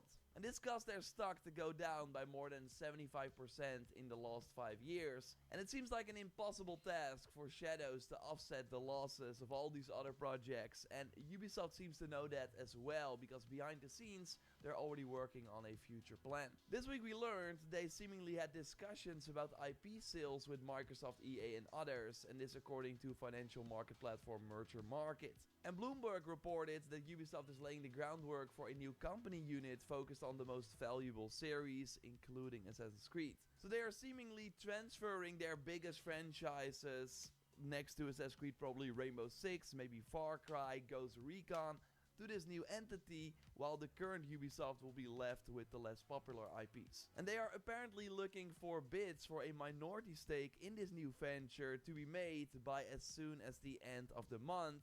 And the valuation should be higher than the 30 euro that Ubisoft is worth right now. But yeah, it seems like an obvious way forward. Every big gaming company is doing that right now. Focus What on the just fuck? a handful of your sure bets.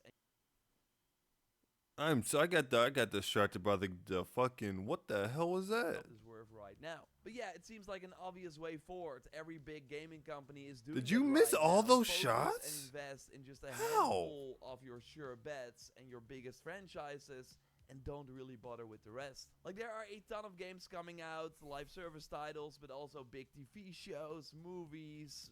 Everything is asking for people's attention. So you really have to come with your best stuff that people are really looking forward to.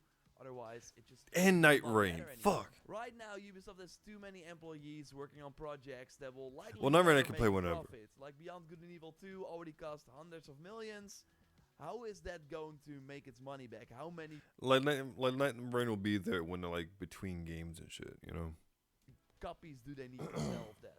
I think it's fascinating to speculate what IPs EA or Microsoft might be interested in. Maybe Just Dance is high on the list. That It's is a fun to pretty unique speculate. Casual game You are that right. keeps doing relatively well. I can see a world where Ubisoft sells Ubisoft Massive with the Division IP. Maybe someone else does Yes! that. There are clearly talented people there, even though Avatar and Outlaws, of course, did not do well. But yeah, then you got the Snowdrop engine that they are Avatar working didn't do on, well? and the new Far Cry is on that too. So it is way more complicated, of course. They got the Splinter Cell remake coming as well, although I could see Splinter Cell totally being something that someone wants to buy, maybe Microsoft. Now, is someone going to buy Watch Dogs?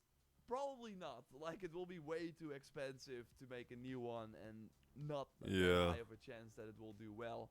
Maybe someone wants Rayman or the Rabbids. Prince of Persia has potential. Let me know if you have some ideas. For Prince of example, Persia just has a buying lot of Ubisoft IP. potential. I think it's Prince of Persia needs a remaster trilogy. Bro, The Warrior Within would go so hard on modern tech. It would be absolutely fucking metal. Alright. Let's what else you got? Ragnarok update, Space Marine 3, Naughty Dog update. I might want to watch your opinion on that, my good sir. But new base on IP in the works. Okay. Rumor 1 roundup. Okay. So let's jump to this. Now time for quick shots, the news stories I will go over quickly. God of War Ragnarok is getting an update this week as part of the 20th anniversary, and it will feature the Dark Odyssey skin for Kratos, and is based on the skin that you would unlock in God of War 2 after beating the game on the God mode difficulty. And it looks pretty damn awesome on Kratos. That's pretty cool. It's also Yeah. an armor set, so I'm curious if it has a new perk as well. You also have the Probably Dark not. Odyssey outfit Well, yeah, for yeah, Freya probably. and Atreus. There will even be new weapon appearances for all 3 weapons, but you unlock this after fully upgrading the weapons. So that's a requirement for using these awesome looks. There are also these gold and black Dark Odyssey looks for all the 6 shields and a Dark Odyssey run. And they will also add a way to edit the appearances, so basically do a transmog option for the weapon attachments and the shield runs, which kinda awesome. So yes, the update goes live on March 20th. Totally expect more coverage here on the channel. Focus announced that the development for Warhammer 40k Space Marine 3. I don't really care for Space Marines. We got a bit more details on Intergalactic, the new IP from Naughty Dog. A big one is that there will not be a companion for our protagonist Jordan. So Really? I want us to feel lonely in this game's universe. And if you think about it, that's actually kind of big. Looking at The Last of Us, before that they made Uncharted, and even Jack and Dexter. Now, I in particular loved how switching companions for the particular missions brought completely different dynamics to The Last of Us Part 2. But I'm totally down for a twist in Intergalactic. The story should also be less handholdy, with Monkey Island and Half-Life 2 mentioned as inspiration, but it is still ways off before it releases. This sounds like an end of 2027, 2028 situation Yeah. to me, which is damn. That sounds The cancellation accurate. of The Last of Us Online really made it so that we will only see one Naughty Dog game this generation. Next to all the remasters, of course, with The Last of Us Part 2 coming to PC around the launch of the 2nd season that I'm really looking forward to. Let me know your hype level for Intergalactic in the comments. 0. So People Can Fly, the developers most famously behind Outriders. That's an IP. Well, that was an interesting video. Leak's gonna leak, and we're always gonna find out at the end of the day, right? Unless something gets like shadow killed like the Last of Us Part 3 did. Overall, it was a good video. Obviously, some things I disagree with or have some questions about, but it ain't that big a deal. Thank you. Yeah, sure. I'll give you a subscribe.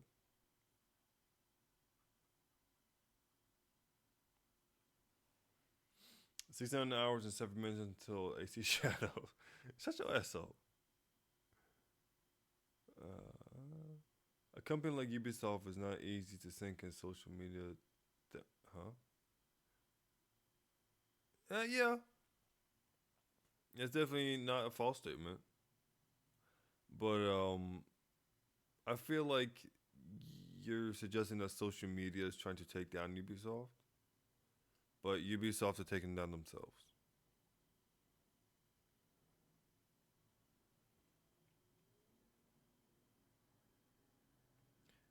Silent Hill is. What about? I mean, he also rarely mentions any new Nintendo games. I always wanted to aim for the video around 10 to 20, so I had to pick up to choose. Focus on the reveals, etc. Match with our audience. Silent Hill F would not fit in this video because it's not a rumored game. Or yeah, no, it's out, right? No. It got revealed. So I guess there would be leaks about it. But what if there's no leaks to be had?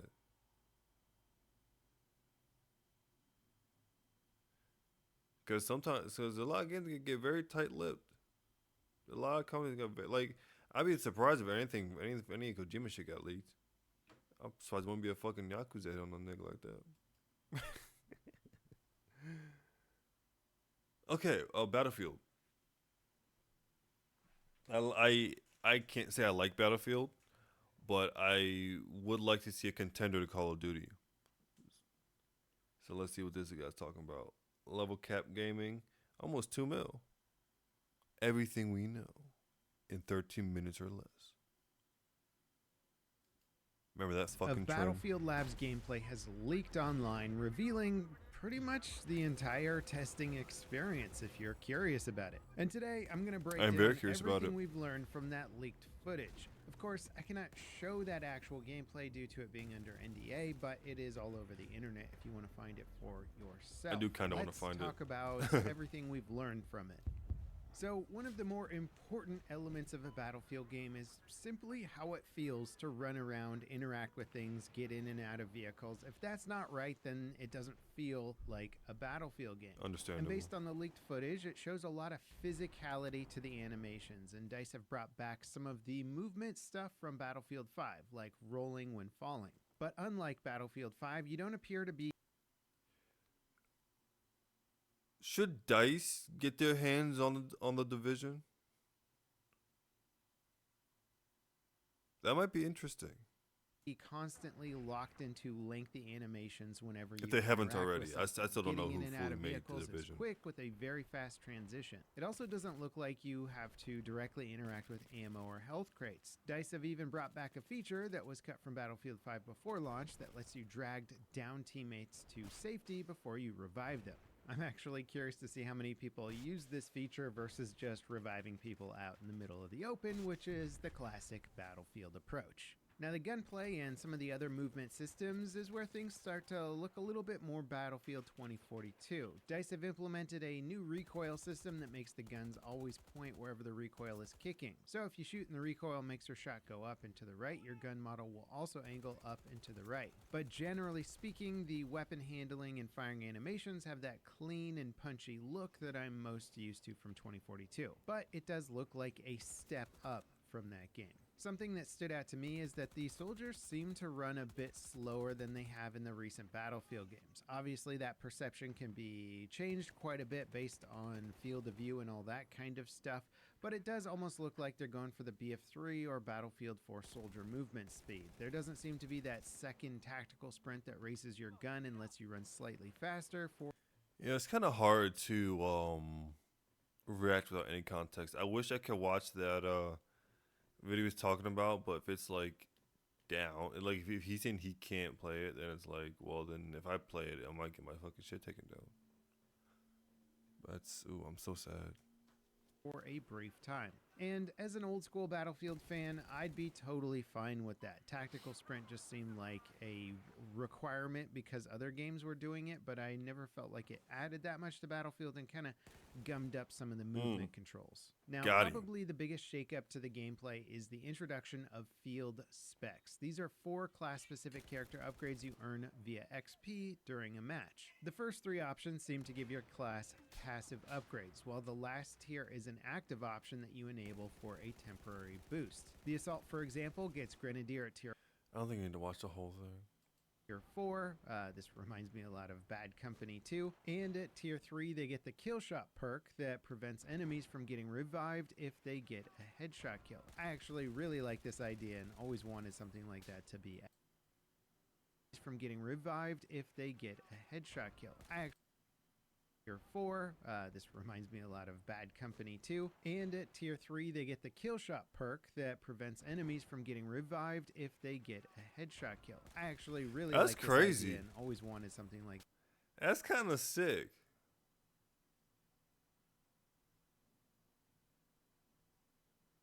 And it kind of fair too, because if it's a game where you can revive somebody, it's a real pain in the ass to down someone with a sniper and then they get revived and then run away.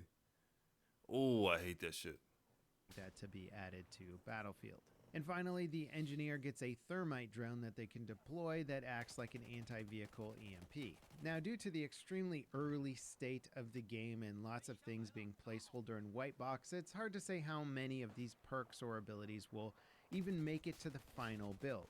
I do hope that DICE avoids doing stuff where players can get armor plates to increase their I like health that pool laser. or anything like that. It's never really been my favorite in past Battlefield games where players can have different health amounts, and it leads to more inconsistency during firefights. But that's just my personal pet peeve, or wish list rather, for the game. I'd also be curious to see if DICE is planning to let us customize our class upgrade paths and whether or not they're going I would to hope so. factor some of these perks.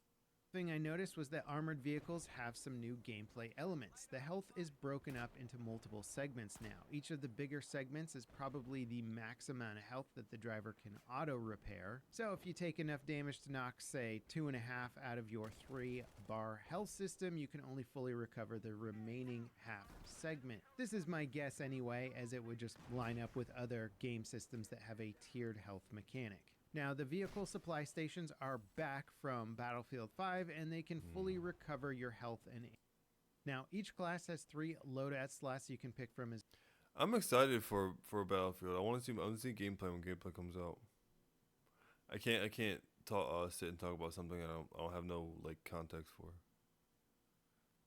And Battlefield, huh? XDev exposes EA and Battlefield 6 truth. Ooh, 28 minutes. Thanks, Bran. You know, I've been playing Battlefield as long as I can remember. And over the past 16 years, so these games have specific. come a long way. To say the Battlefield franchise has been in an awful, no good, terrible state the last decade or so would be an understatement.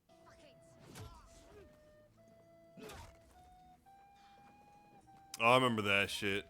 Which for some reason everyone has already assumed is Battlefield 5. I mean, and not Battlefield V. Could be V. Why not V? Battlefield V could be just as good. Yeah. EA DICE Oh, lost a lot of player trust. That's why Trevor. seeing the immediate excitement surrounding the new Battlefield is encouraging, but also there is a need to hold back on getting too hyped yet. As a former EA DICE employee outlined recently, this is a new era of an unproven studio led by Vince Zampella, which has done amazing things, but again, just a new studio with a lot that we don't know what to expect out of them.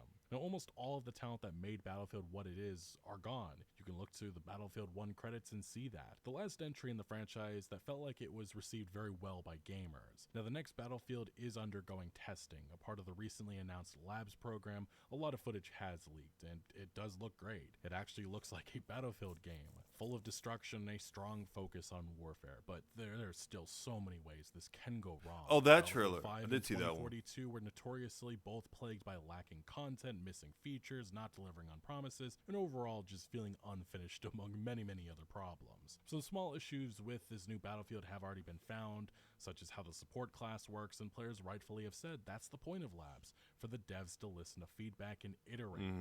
Except we've seen how in the past this developer didn't listen to feedback, and it turned the community against the game That's fair. and the developers. But that was the past, and this is a new era. The excitement with this new Battlefield That is started also months fair. ago when the first details and images were shared during an investor event. EA executive Laura Meal said Battlefield's core tenets are all-out warfare, epic scale, massive destruction, and high-intensity action. She also admitted 2042 wasn't what fans of the franchise wanted, and there was a significant shift in approach with this new game. Byron Bede, the GM of Battlefield, also emphasized their commitment to listening to player feedback. We're really going to start that with what is now Battlefield Labs. He also said that Vince Zampella and EA were all in on this franchise. All encouraging things to hear, and now these remarks recently got the attention of a former EA DICE developer who had a lot to say about why fans should probably temper their remember that expectations too. right now. So where the story really begins to take shape is specifically with this account coming from a former EA DICE developer under the, hidden name of Risible. And this is what sparked a lot of conversation within the Battlefield community, with some saying this isn't true and back and forth, but they said the Battlefield section from EA's Investor Day, which was about 6 or so months ago, has started to generate sparks of hype for the new game. It'll certainly be different because 98% of the people who made previous Battlefield games have left Electronic Arts.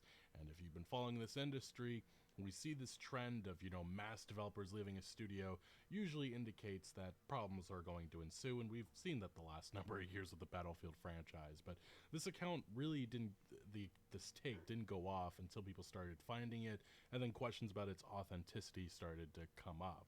Because again, it only has 11 followers, but this is a games industry pro. They talk about their credentials here, and we actually did have another website verify this developer's account, along with some other details we'll get into later on this video. But yeah, most Battlefield 6 developers never worked on Battlefield games before.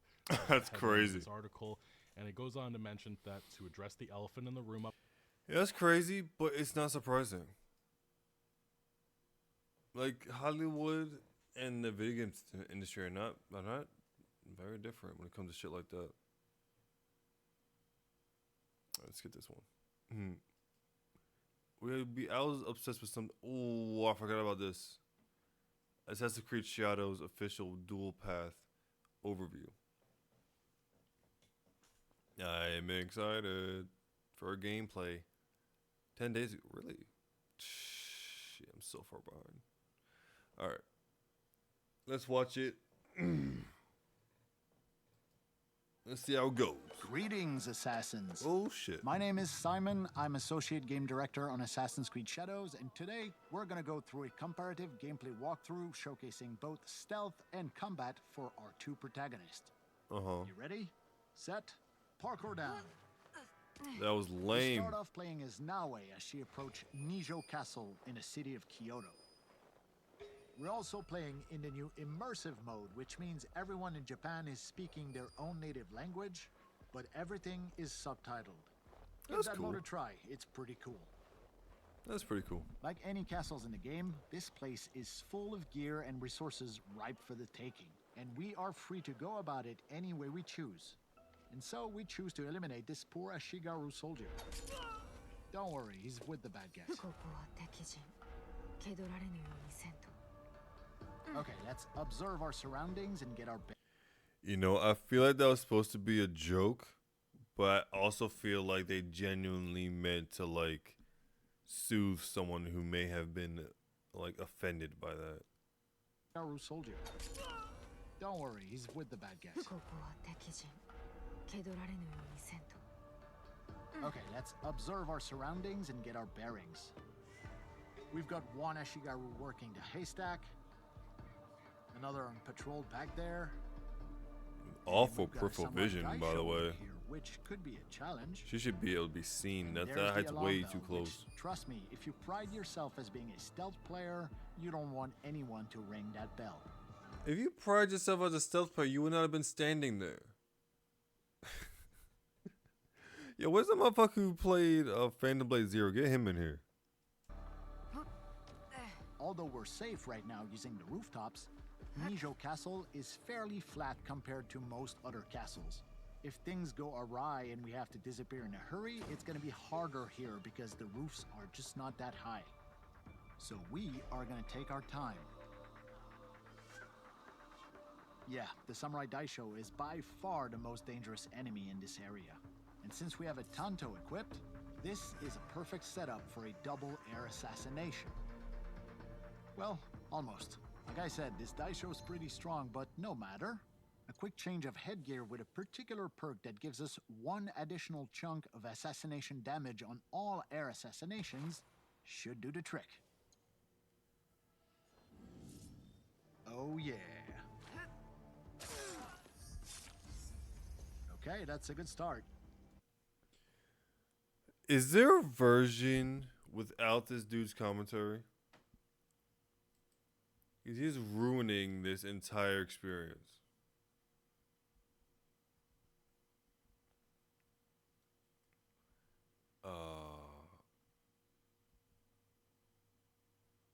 Let me see if I can find. Hold on. I gotta type it in again.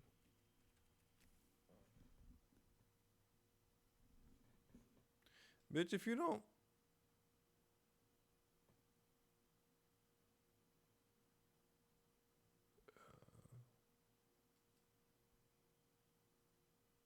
Eight and a half.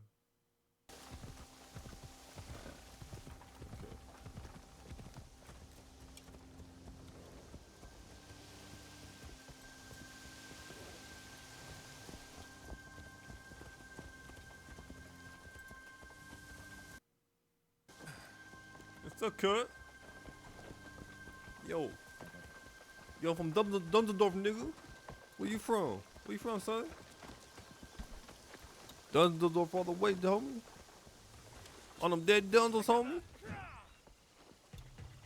On them dead ones.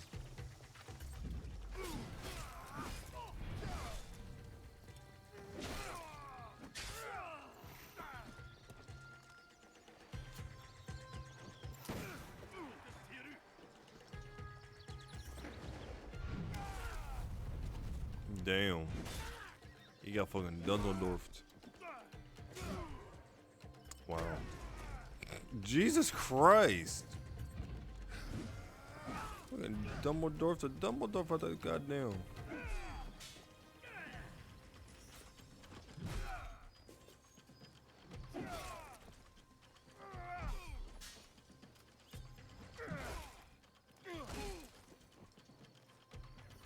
This game's way too hack and slashy for someone of your size.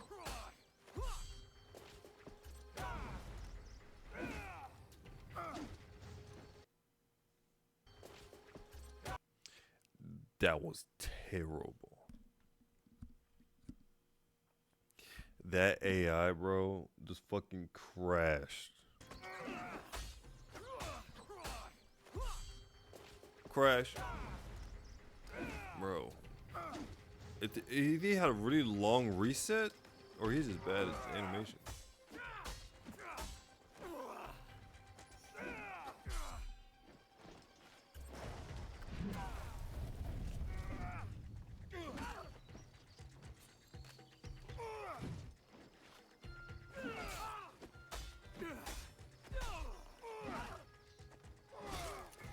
Wow.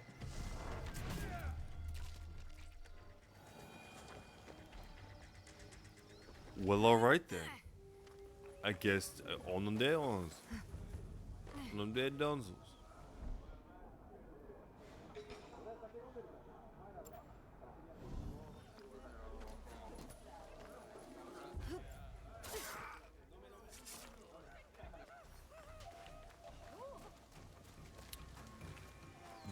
Wow, that was a master class in stealth.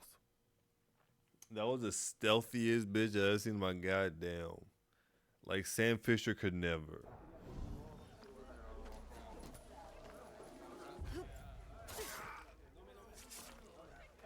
Agent 47 could never.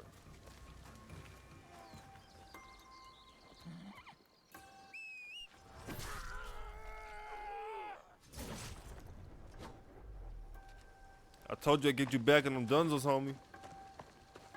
What? This for Dunzeldorf.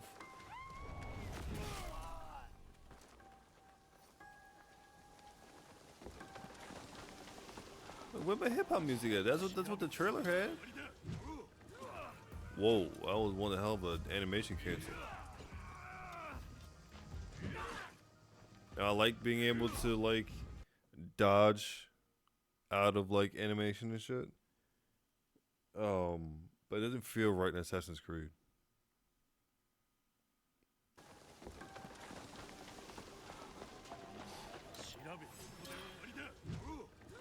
Yeah, that was weird.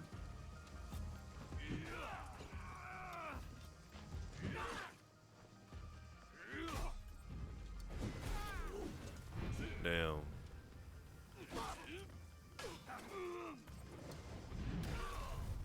Damn, son.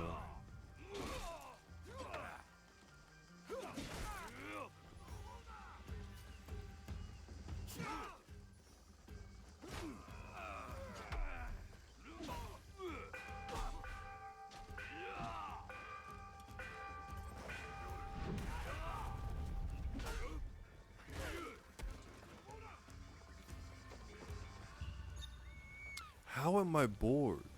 How? How? How am I bored right now?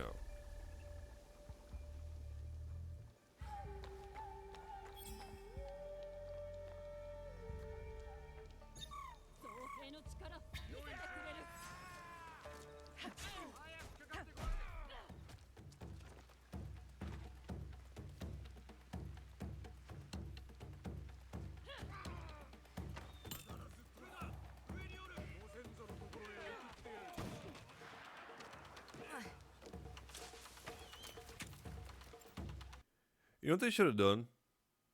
They should have stopped Assassin's Creed after Revelations. But taken like the core of it and just made a new IP and just ran with it, whatever from there. Because the core gameplay style of Assassin's Creed is completely fine. It's just the series has gone on way too long. It's fucking Fast and Furious levels right now, bruh.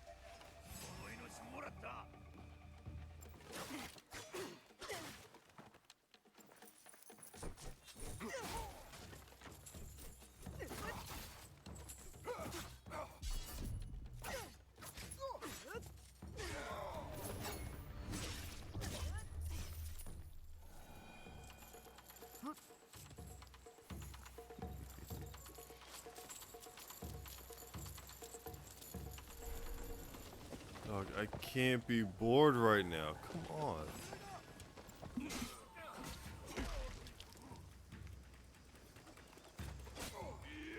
You know, I can't even finish this because it's like it's ironic, man. Like a lot of people, myself included, like beg for like full gameplay trailers, but sometimes it's like it's not doing you favors. Like I was hopeful at the beginning. I thought it was just hype or just like negative hype for a while. This is my first time actually sitting down to watch some Assassin's Creed gameplay or from this game. It's like, bro, they were not joking. They were not joking. They were not lying. They were not fibbing.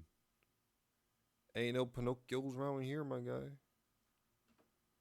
I can't be bored right now, bro. I can't even think of anything funny to say. And I'm fucking hilarious. Oh yeah, I started doing horror movies too. But you know, this is a game still. Right? Load the fuck up. It's a game. Elio. Gamescom 2024. 6 months ago. Oh. It's only a minute and a half long.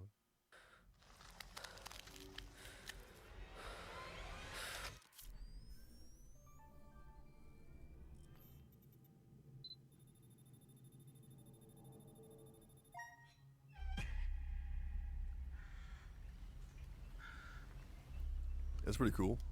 Giving me Outlast 2 vibes though. I'm gonna hold you. Ooh, what the fuck? Was that actually Outlast 2? That's Saints Row? Am I getting trolled?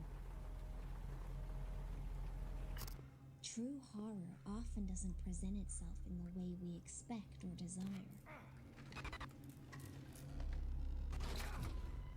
But I will reveal to you the real horror. Oh, this is Outlast's kid? Yeah, it feels like Outlast's kid.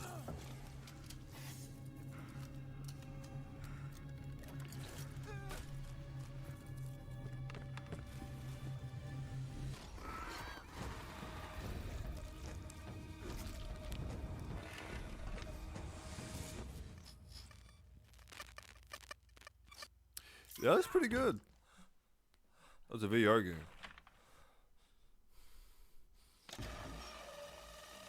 Oh, that's pretty good. I don't play VR games, nor I have no interest in VR games, but that looks pretty interesting. Hardest puzzle, yeah, with the fucking V. Yeah. It was kind of like our Outlast. Mm-hmm. Idiot from Brazil, please. This on consoles. I don't think it's going to be on consoles. I think it's a little bit PC first. It just feels like it, you know. Yes. Stay Alive. I need to watch that movie again. I think that was Frankie Muniz was in that shit. That was his first thing after Malcolm in the Middle, I think.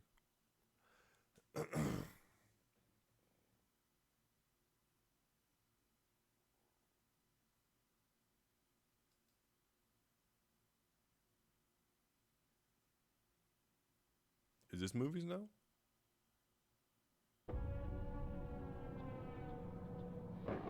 Oh. Hey, stop. Stop it. I was touching on this, I think, earlier at some point. There aren't very many good horror shit anymore. So I was thinking today I'd go through a bunch of new horror movie trailers to see like if anything even scares me, or games for that matter. And this one popped up, and I was like, well, I'm not really into Cthulhian horror. Like I can respect it's popular, but it just never really got me like that. So I'm thinking, you know what? Hey, maybe this might get me interested in Cthulhian horror. Let's see.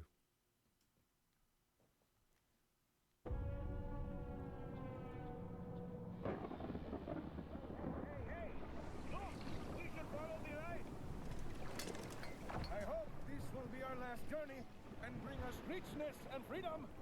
Let's hope. But what's the value of human freedom if it's to face hell?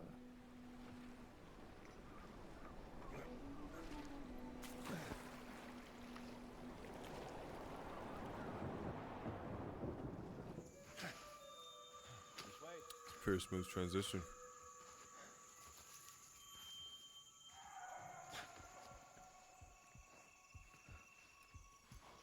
Over there. I'm behind you. That was pretty cheap.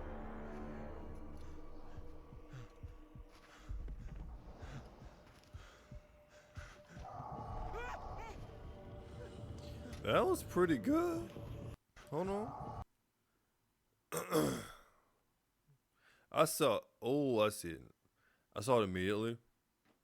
Or I wasn't on the first pullback, but this is quite good. This is a good jump scare. The other one was cheap.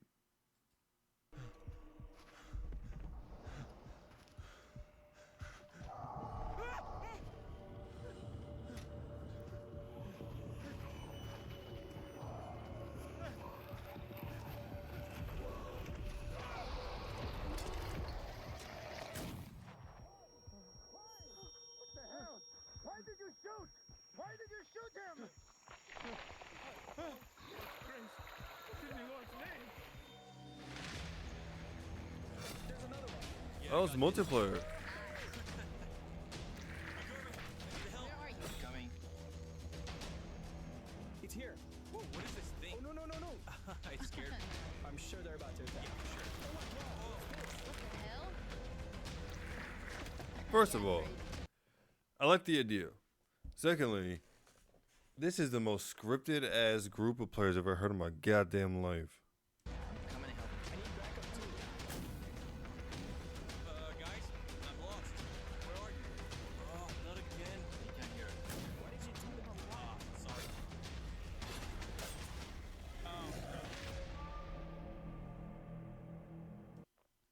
Oh, it's on Xbox. Oh, we might be able to fucking group play this shit. But Like I said, I like the idea. It looks fun. I'd be down to try it with a group. But there's something about it that bugged me. I can't remember what it is now. Oh yeah, the people talking. Like, it cannot be that difficult to just record people playing the game. It can't. It cannot be that difficult. And then every word that was said sounded so scripted. And like you're reading in a booth, like you're on camera. Like, bro, just play the fucking game and record that. That's genuine. If I have to question whether that's genuine, then it's not good. That's not good.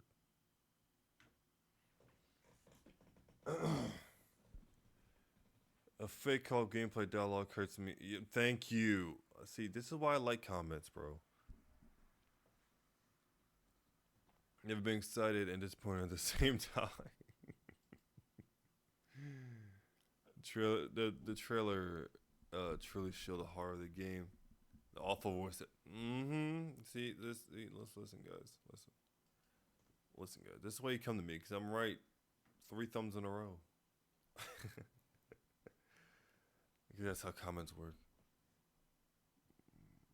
The streamers talking through me off. How many of these can we get in a row?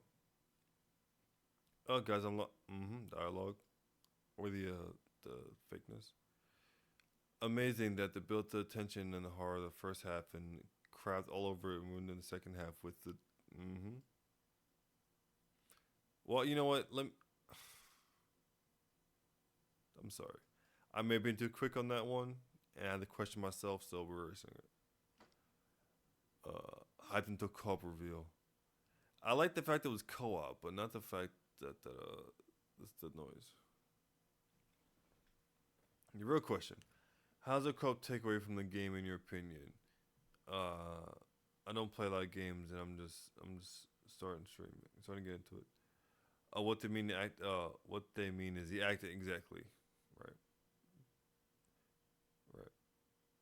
So then you get 1 to 2 for boom. All right. What is next? Ooh, what is this? V for violence. The Midnight Walk. Ooh.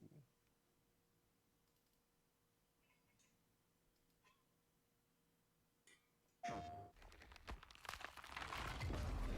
the end of the world, the burnt one woke from a deep slumber.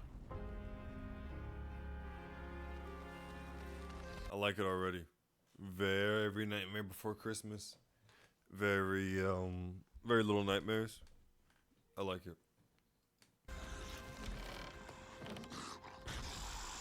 Fire? I'd almost forgotten how it felt. You're the caretaker of this little firecracker? I reckon you must be headed for Moon Mountain. Am I right? This is pretty dope. This is really dope looking. I can't see it being any sort of challenging, but it looks really good.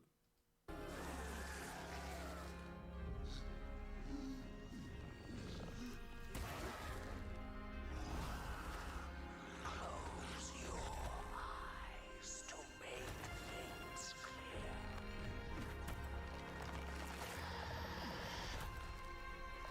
Oh, this is fucking dope.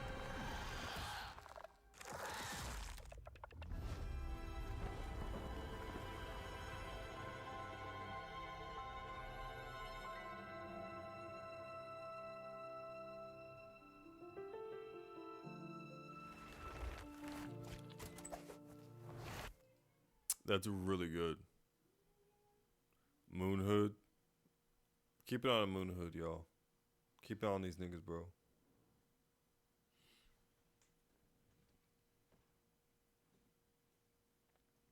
Tim Burton would make if he made a game. Yes, sir. Little Nightmares. Yes, sir. That's 2 for 2. What's up next? Please bring a physical copy or physical deluxe edition. Would be amazing. I mean, yeah. I suppose, yeah. Looks weird and creepy. Yeah, I love it. Game of the show. PC Day 1. So no little devil inside. Oh. Yeah, well that's damn. That one looks really good.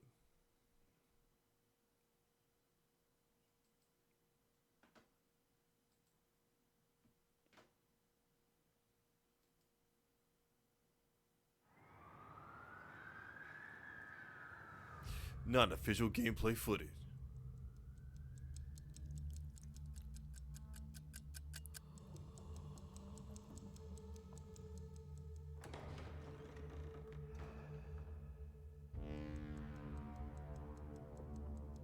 Oh, it's a kaiju sound.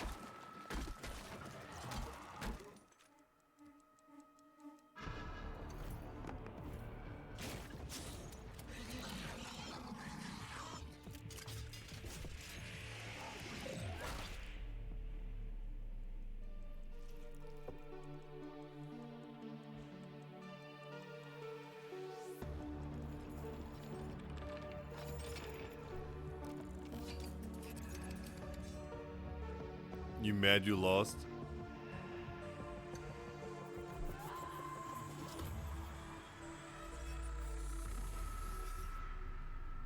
Okay, that's really interesting. That was very, very interesting.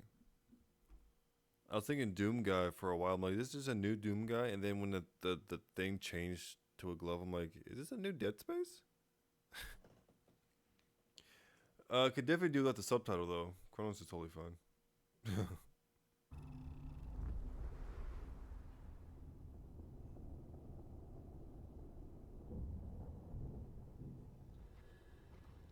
Oh.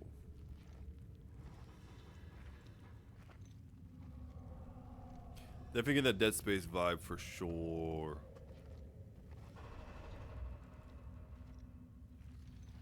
You know, Dead Space was actually really dope because it had its very, very subtle HUD. They relied heavily on holographics. And so, like, when you're just walking around, it's pretty much completely empty. But you could still tell, like, health gauge and, like, your important shit just from the lights on your back. And it worked well with, like, all the environment. It's beautiful shit.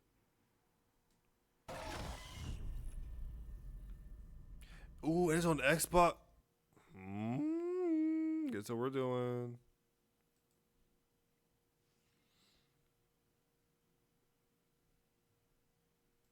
Yeah, let me follow up Blooper Team.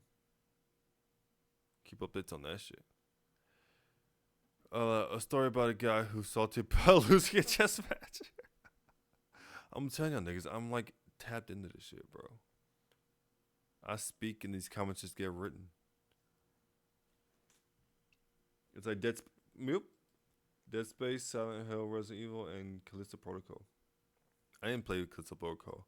I can agree in general. The guy in a suit loses chess match against an old woman. Shrug smile like, okay, I understand. Okay, I'm gonna die. Okay, I understand. And I took it personally. Fucking Michael Jordan. And I started blasting.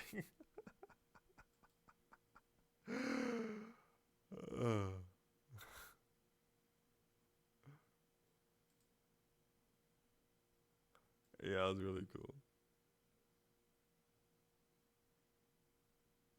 Alright, what's next? Hey. Oh. I think this is a movie. I'm like 80. Hey. That was a playtest trailer. Okay.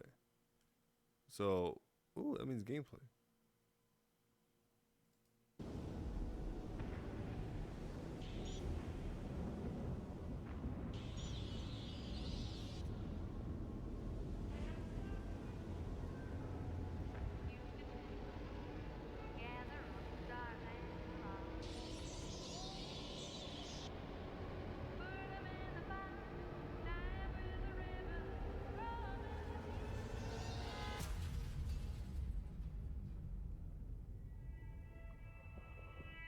Survival horror. A la State of Decay.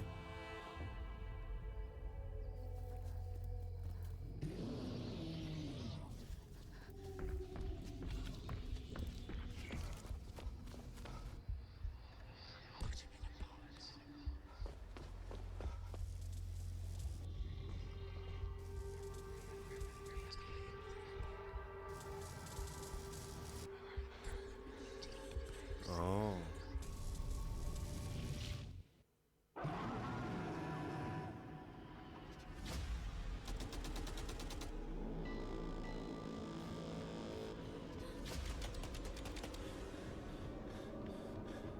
Oh no, it's gonna be fire. It's gonna be popping for like 3 months.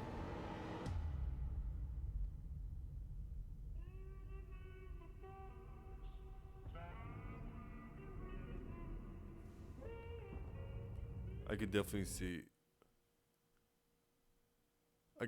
see survival horror multiplayer. Maybe PvE.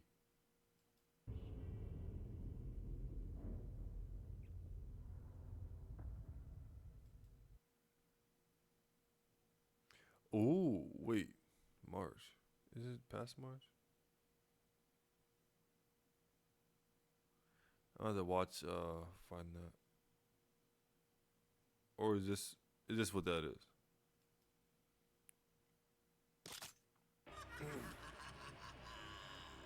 This is 3 months ago.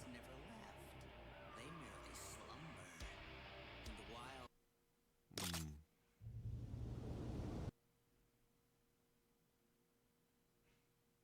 Covenant.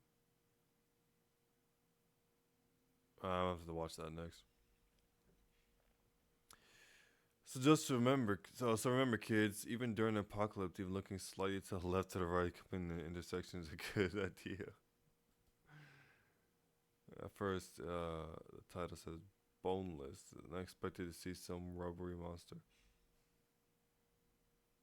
And fair, that's fair. Hey, I think the future in our game. Nuns, magic, and machine guns. Now what? No, that's quite a combination. I've heard that's a movie quote, but I don't know from where. Probably Evil Dead or some shit. What the Redfall should have been. Probably. A storm is coming. This deck does look pretty fire. This deck is solid. Although that wasn't gameplay. Alright, what's the, where you at? You interested, not you. Out of sight, that kind of just did. That looks mad indie. Nothing wrong with that, just nothing I'm mentioning right now. Ah, you seek the old notes. What a fool you are. Like fowl to feed. Slave Knight Gale? Your kind seeks death. The Grave Watcher from Apex Legends. Sorry? Dog. Dog, are you summoning the fucking Avengers of FPS games? Yeah, read that fucking list again. Jesus Christ. Unreal Engine. Something is coming. Something greater. Apex COD. Halo.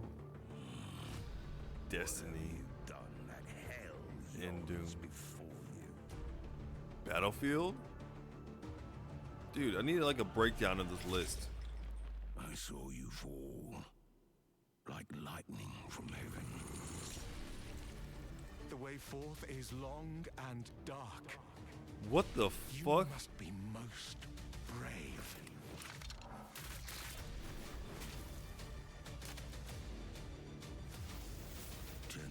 Swords stand before you. Then 20,000 knees shall kneel. Ew.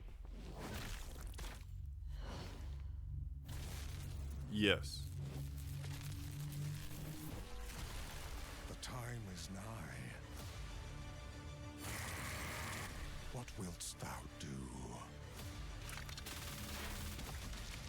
The axe comes to fell the tree. Cut it all down. Adversity become your fetish. Hardship your home. The hero of old. The man of renown. You to change it all.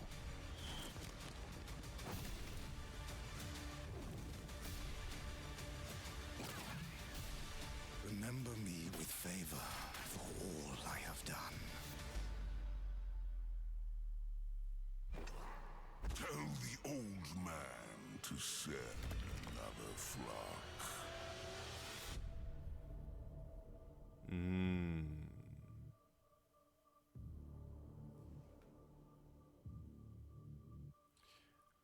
That's interesting. Oh, PC only? Fuck. I wanted to learn more. Okay. The dev life cycle. Join cool studio, make cool games. Studios Corporation. Makes board games, leave studio, makes its own studio, makes cool games again. Yeah, Kojima kind of hit the template on that one, didn't he? From Exhale developers. Covenant. Oh, is that? You're funny. Remember switching your spell always faster than reload. I was not expecting first person. Exactly, I was not. It looks really sick. It does look really, really sick. It gives some more polish, but you know, I like the idea.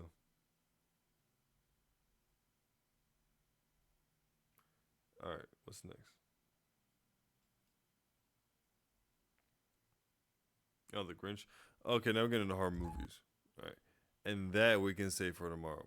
There's a lot of shit to get through. I've been here for damn near 3 hours. So, I'm about to have my ass off. So if y'all want to see a bunch of fucking random horror movie trailers, y'all know what to do. Stay tuned.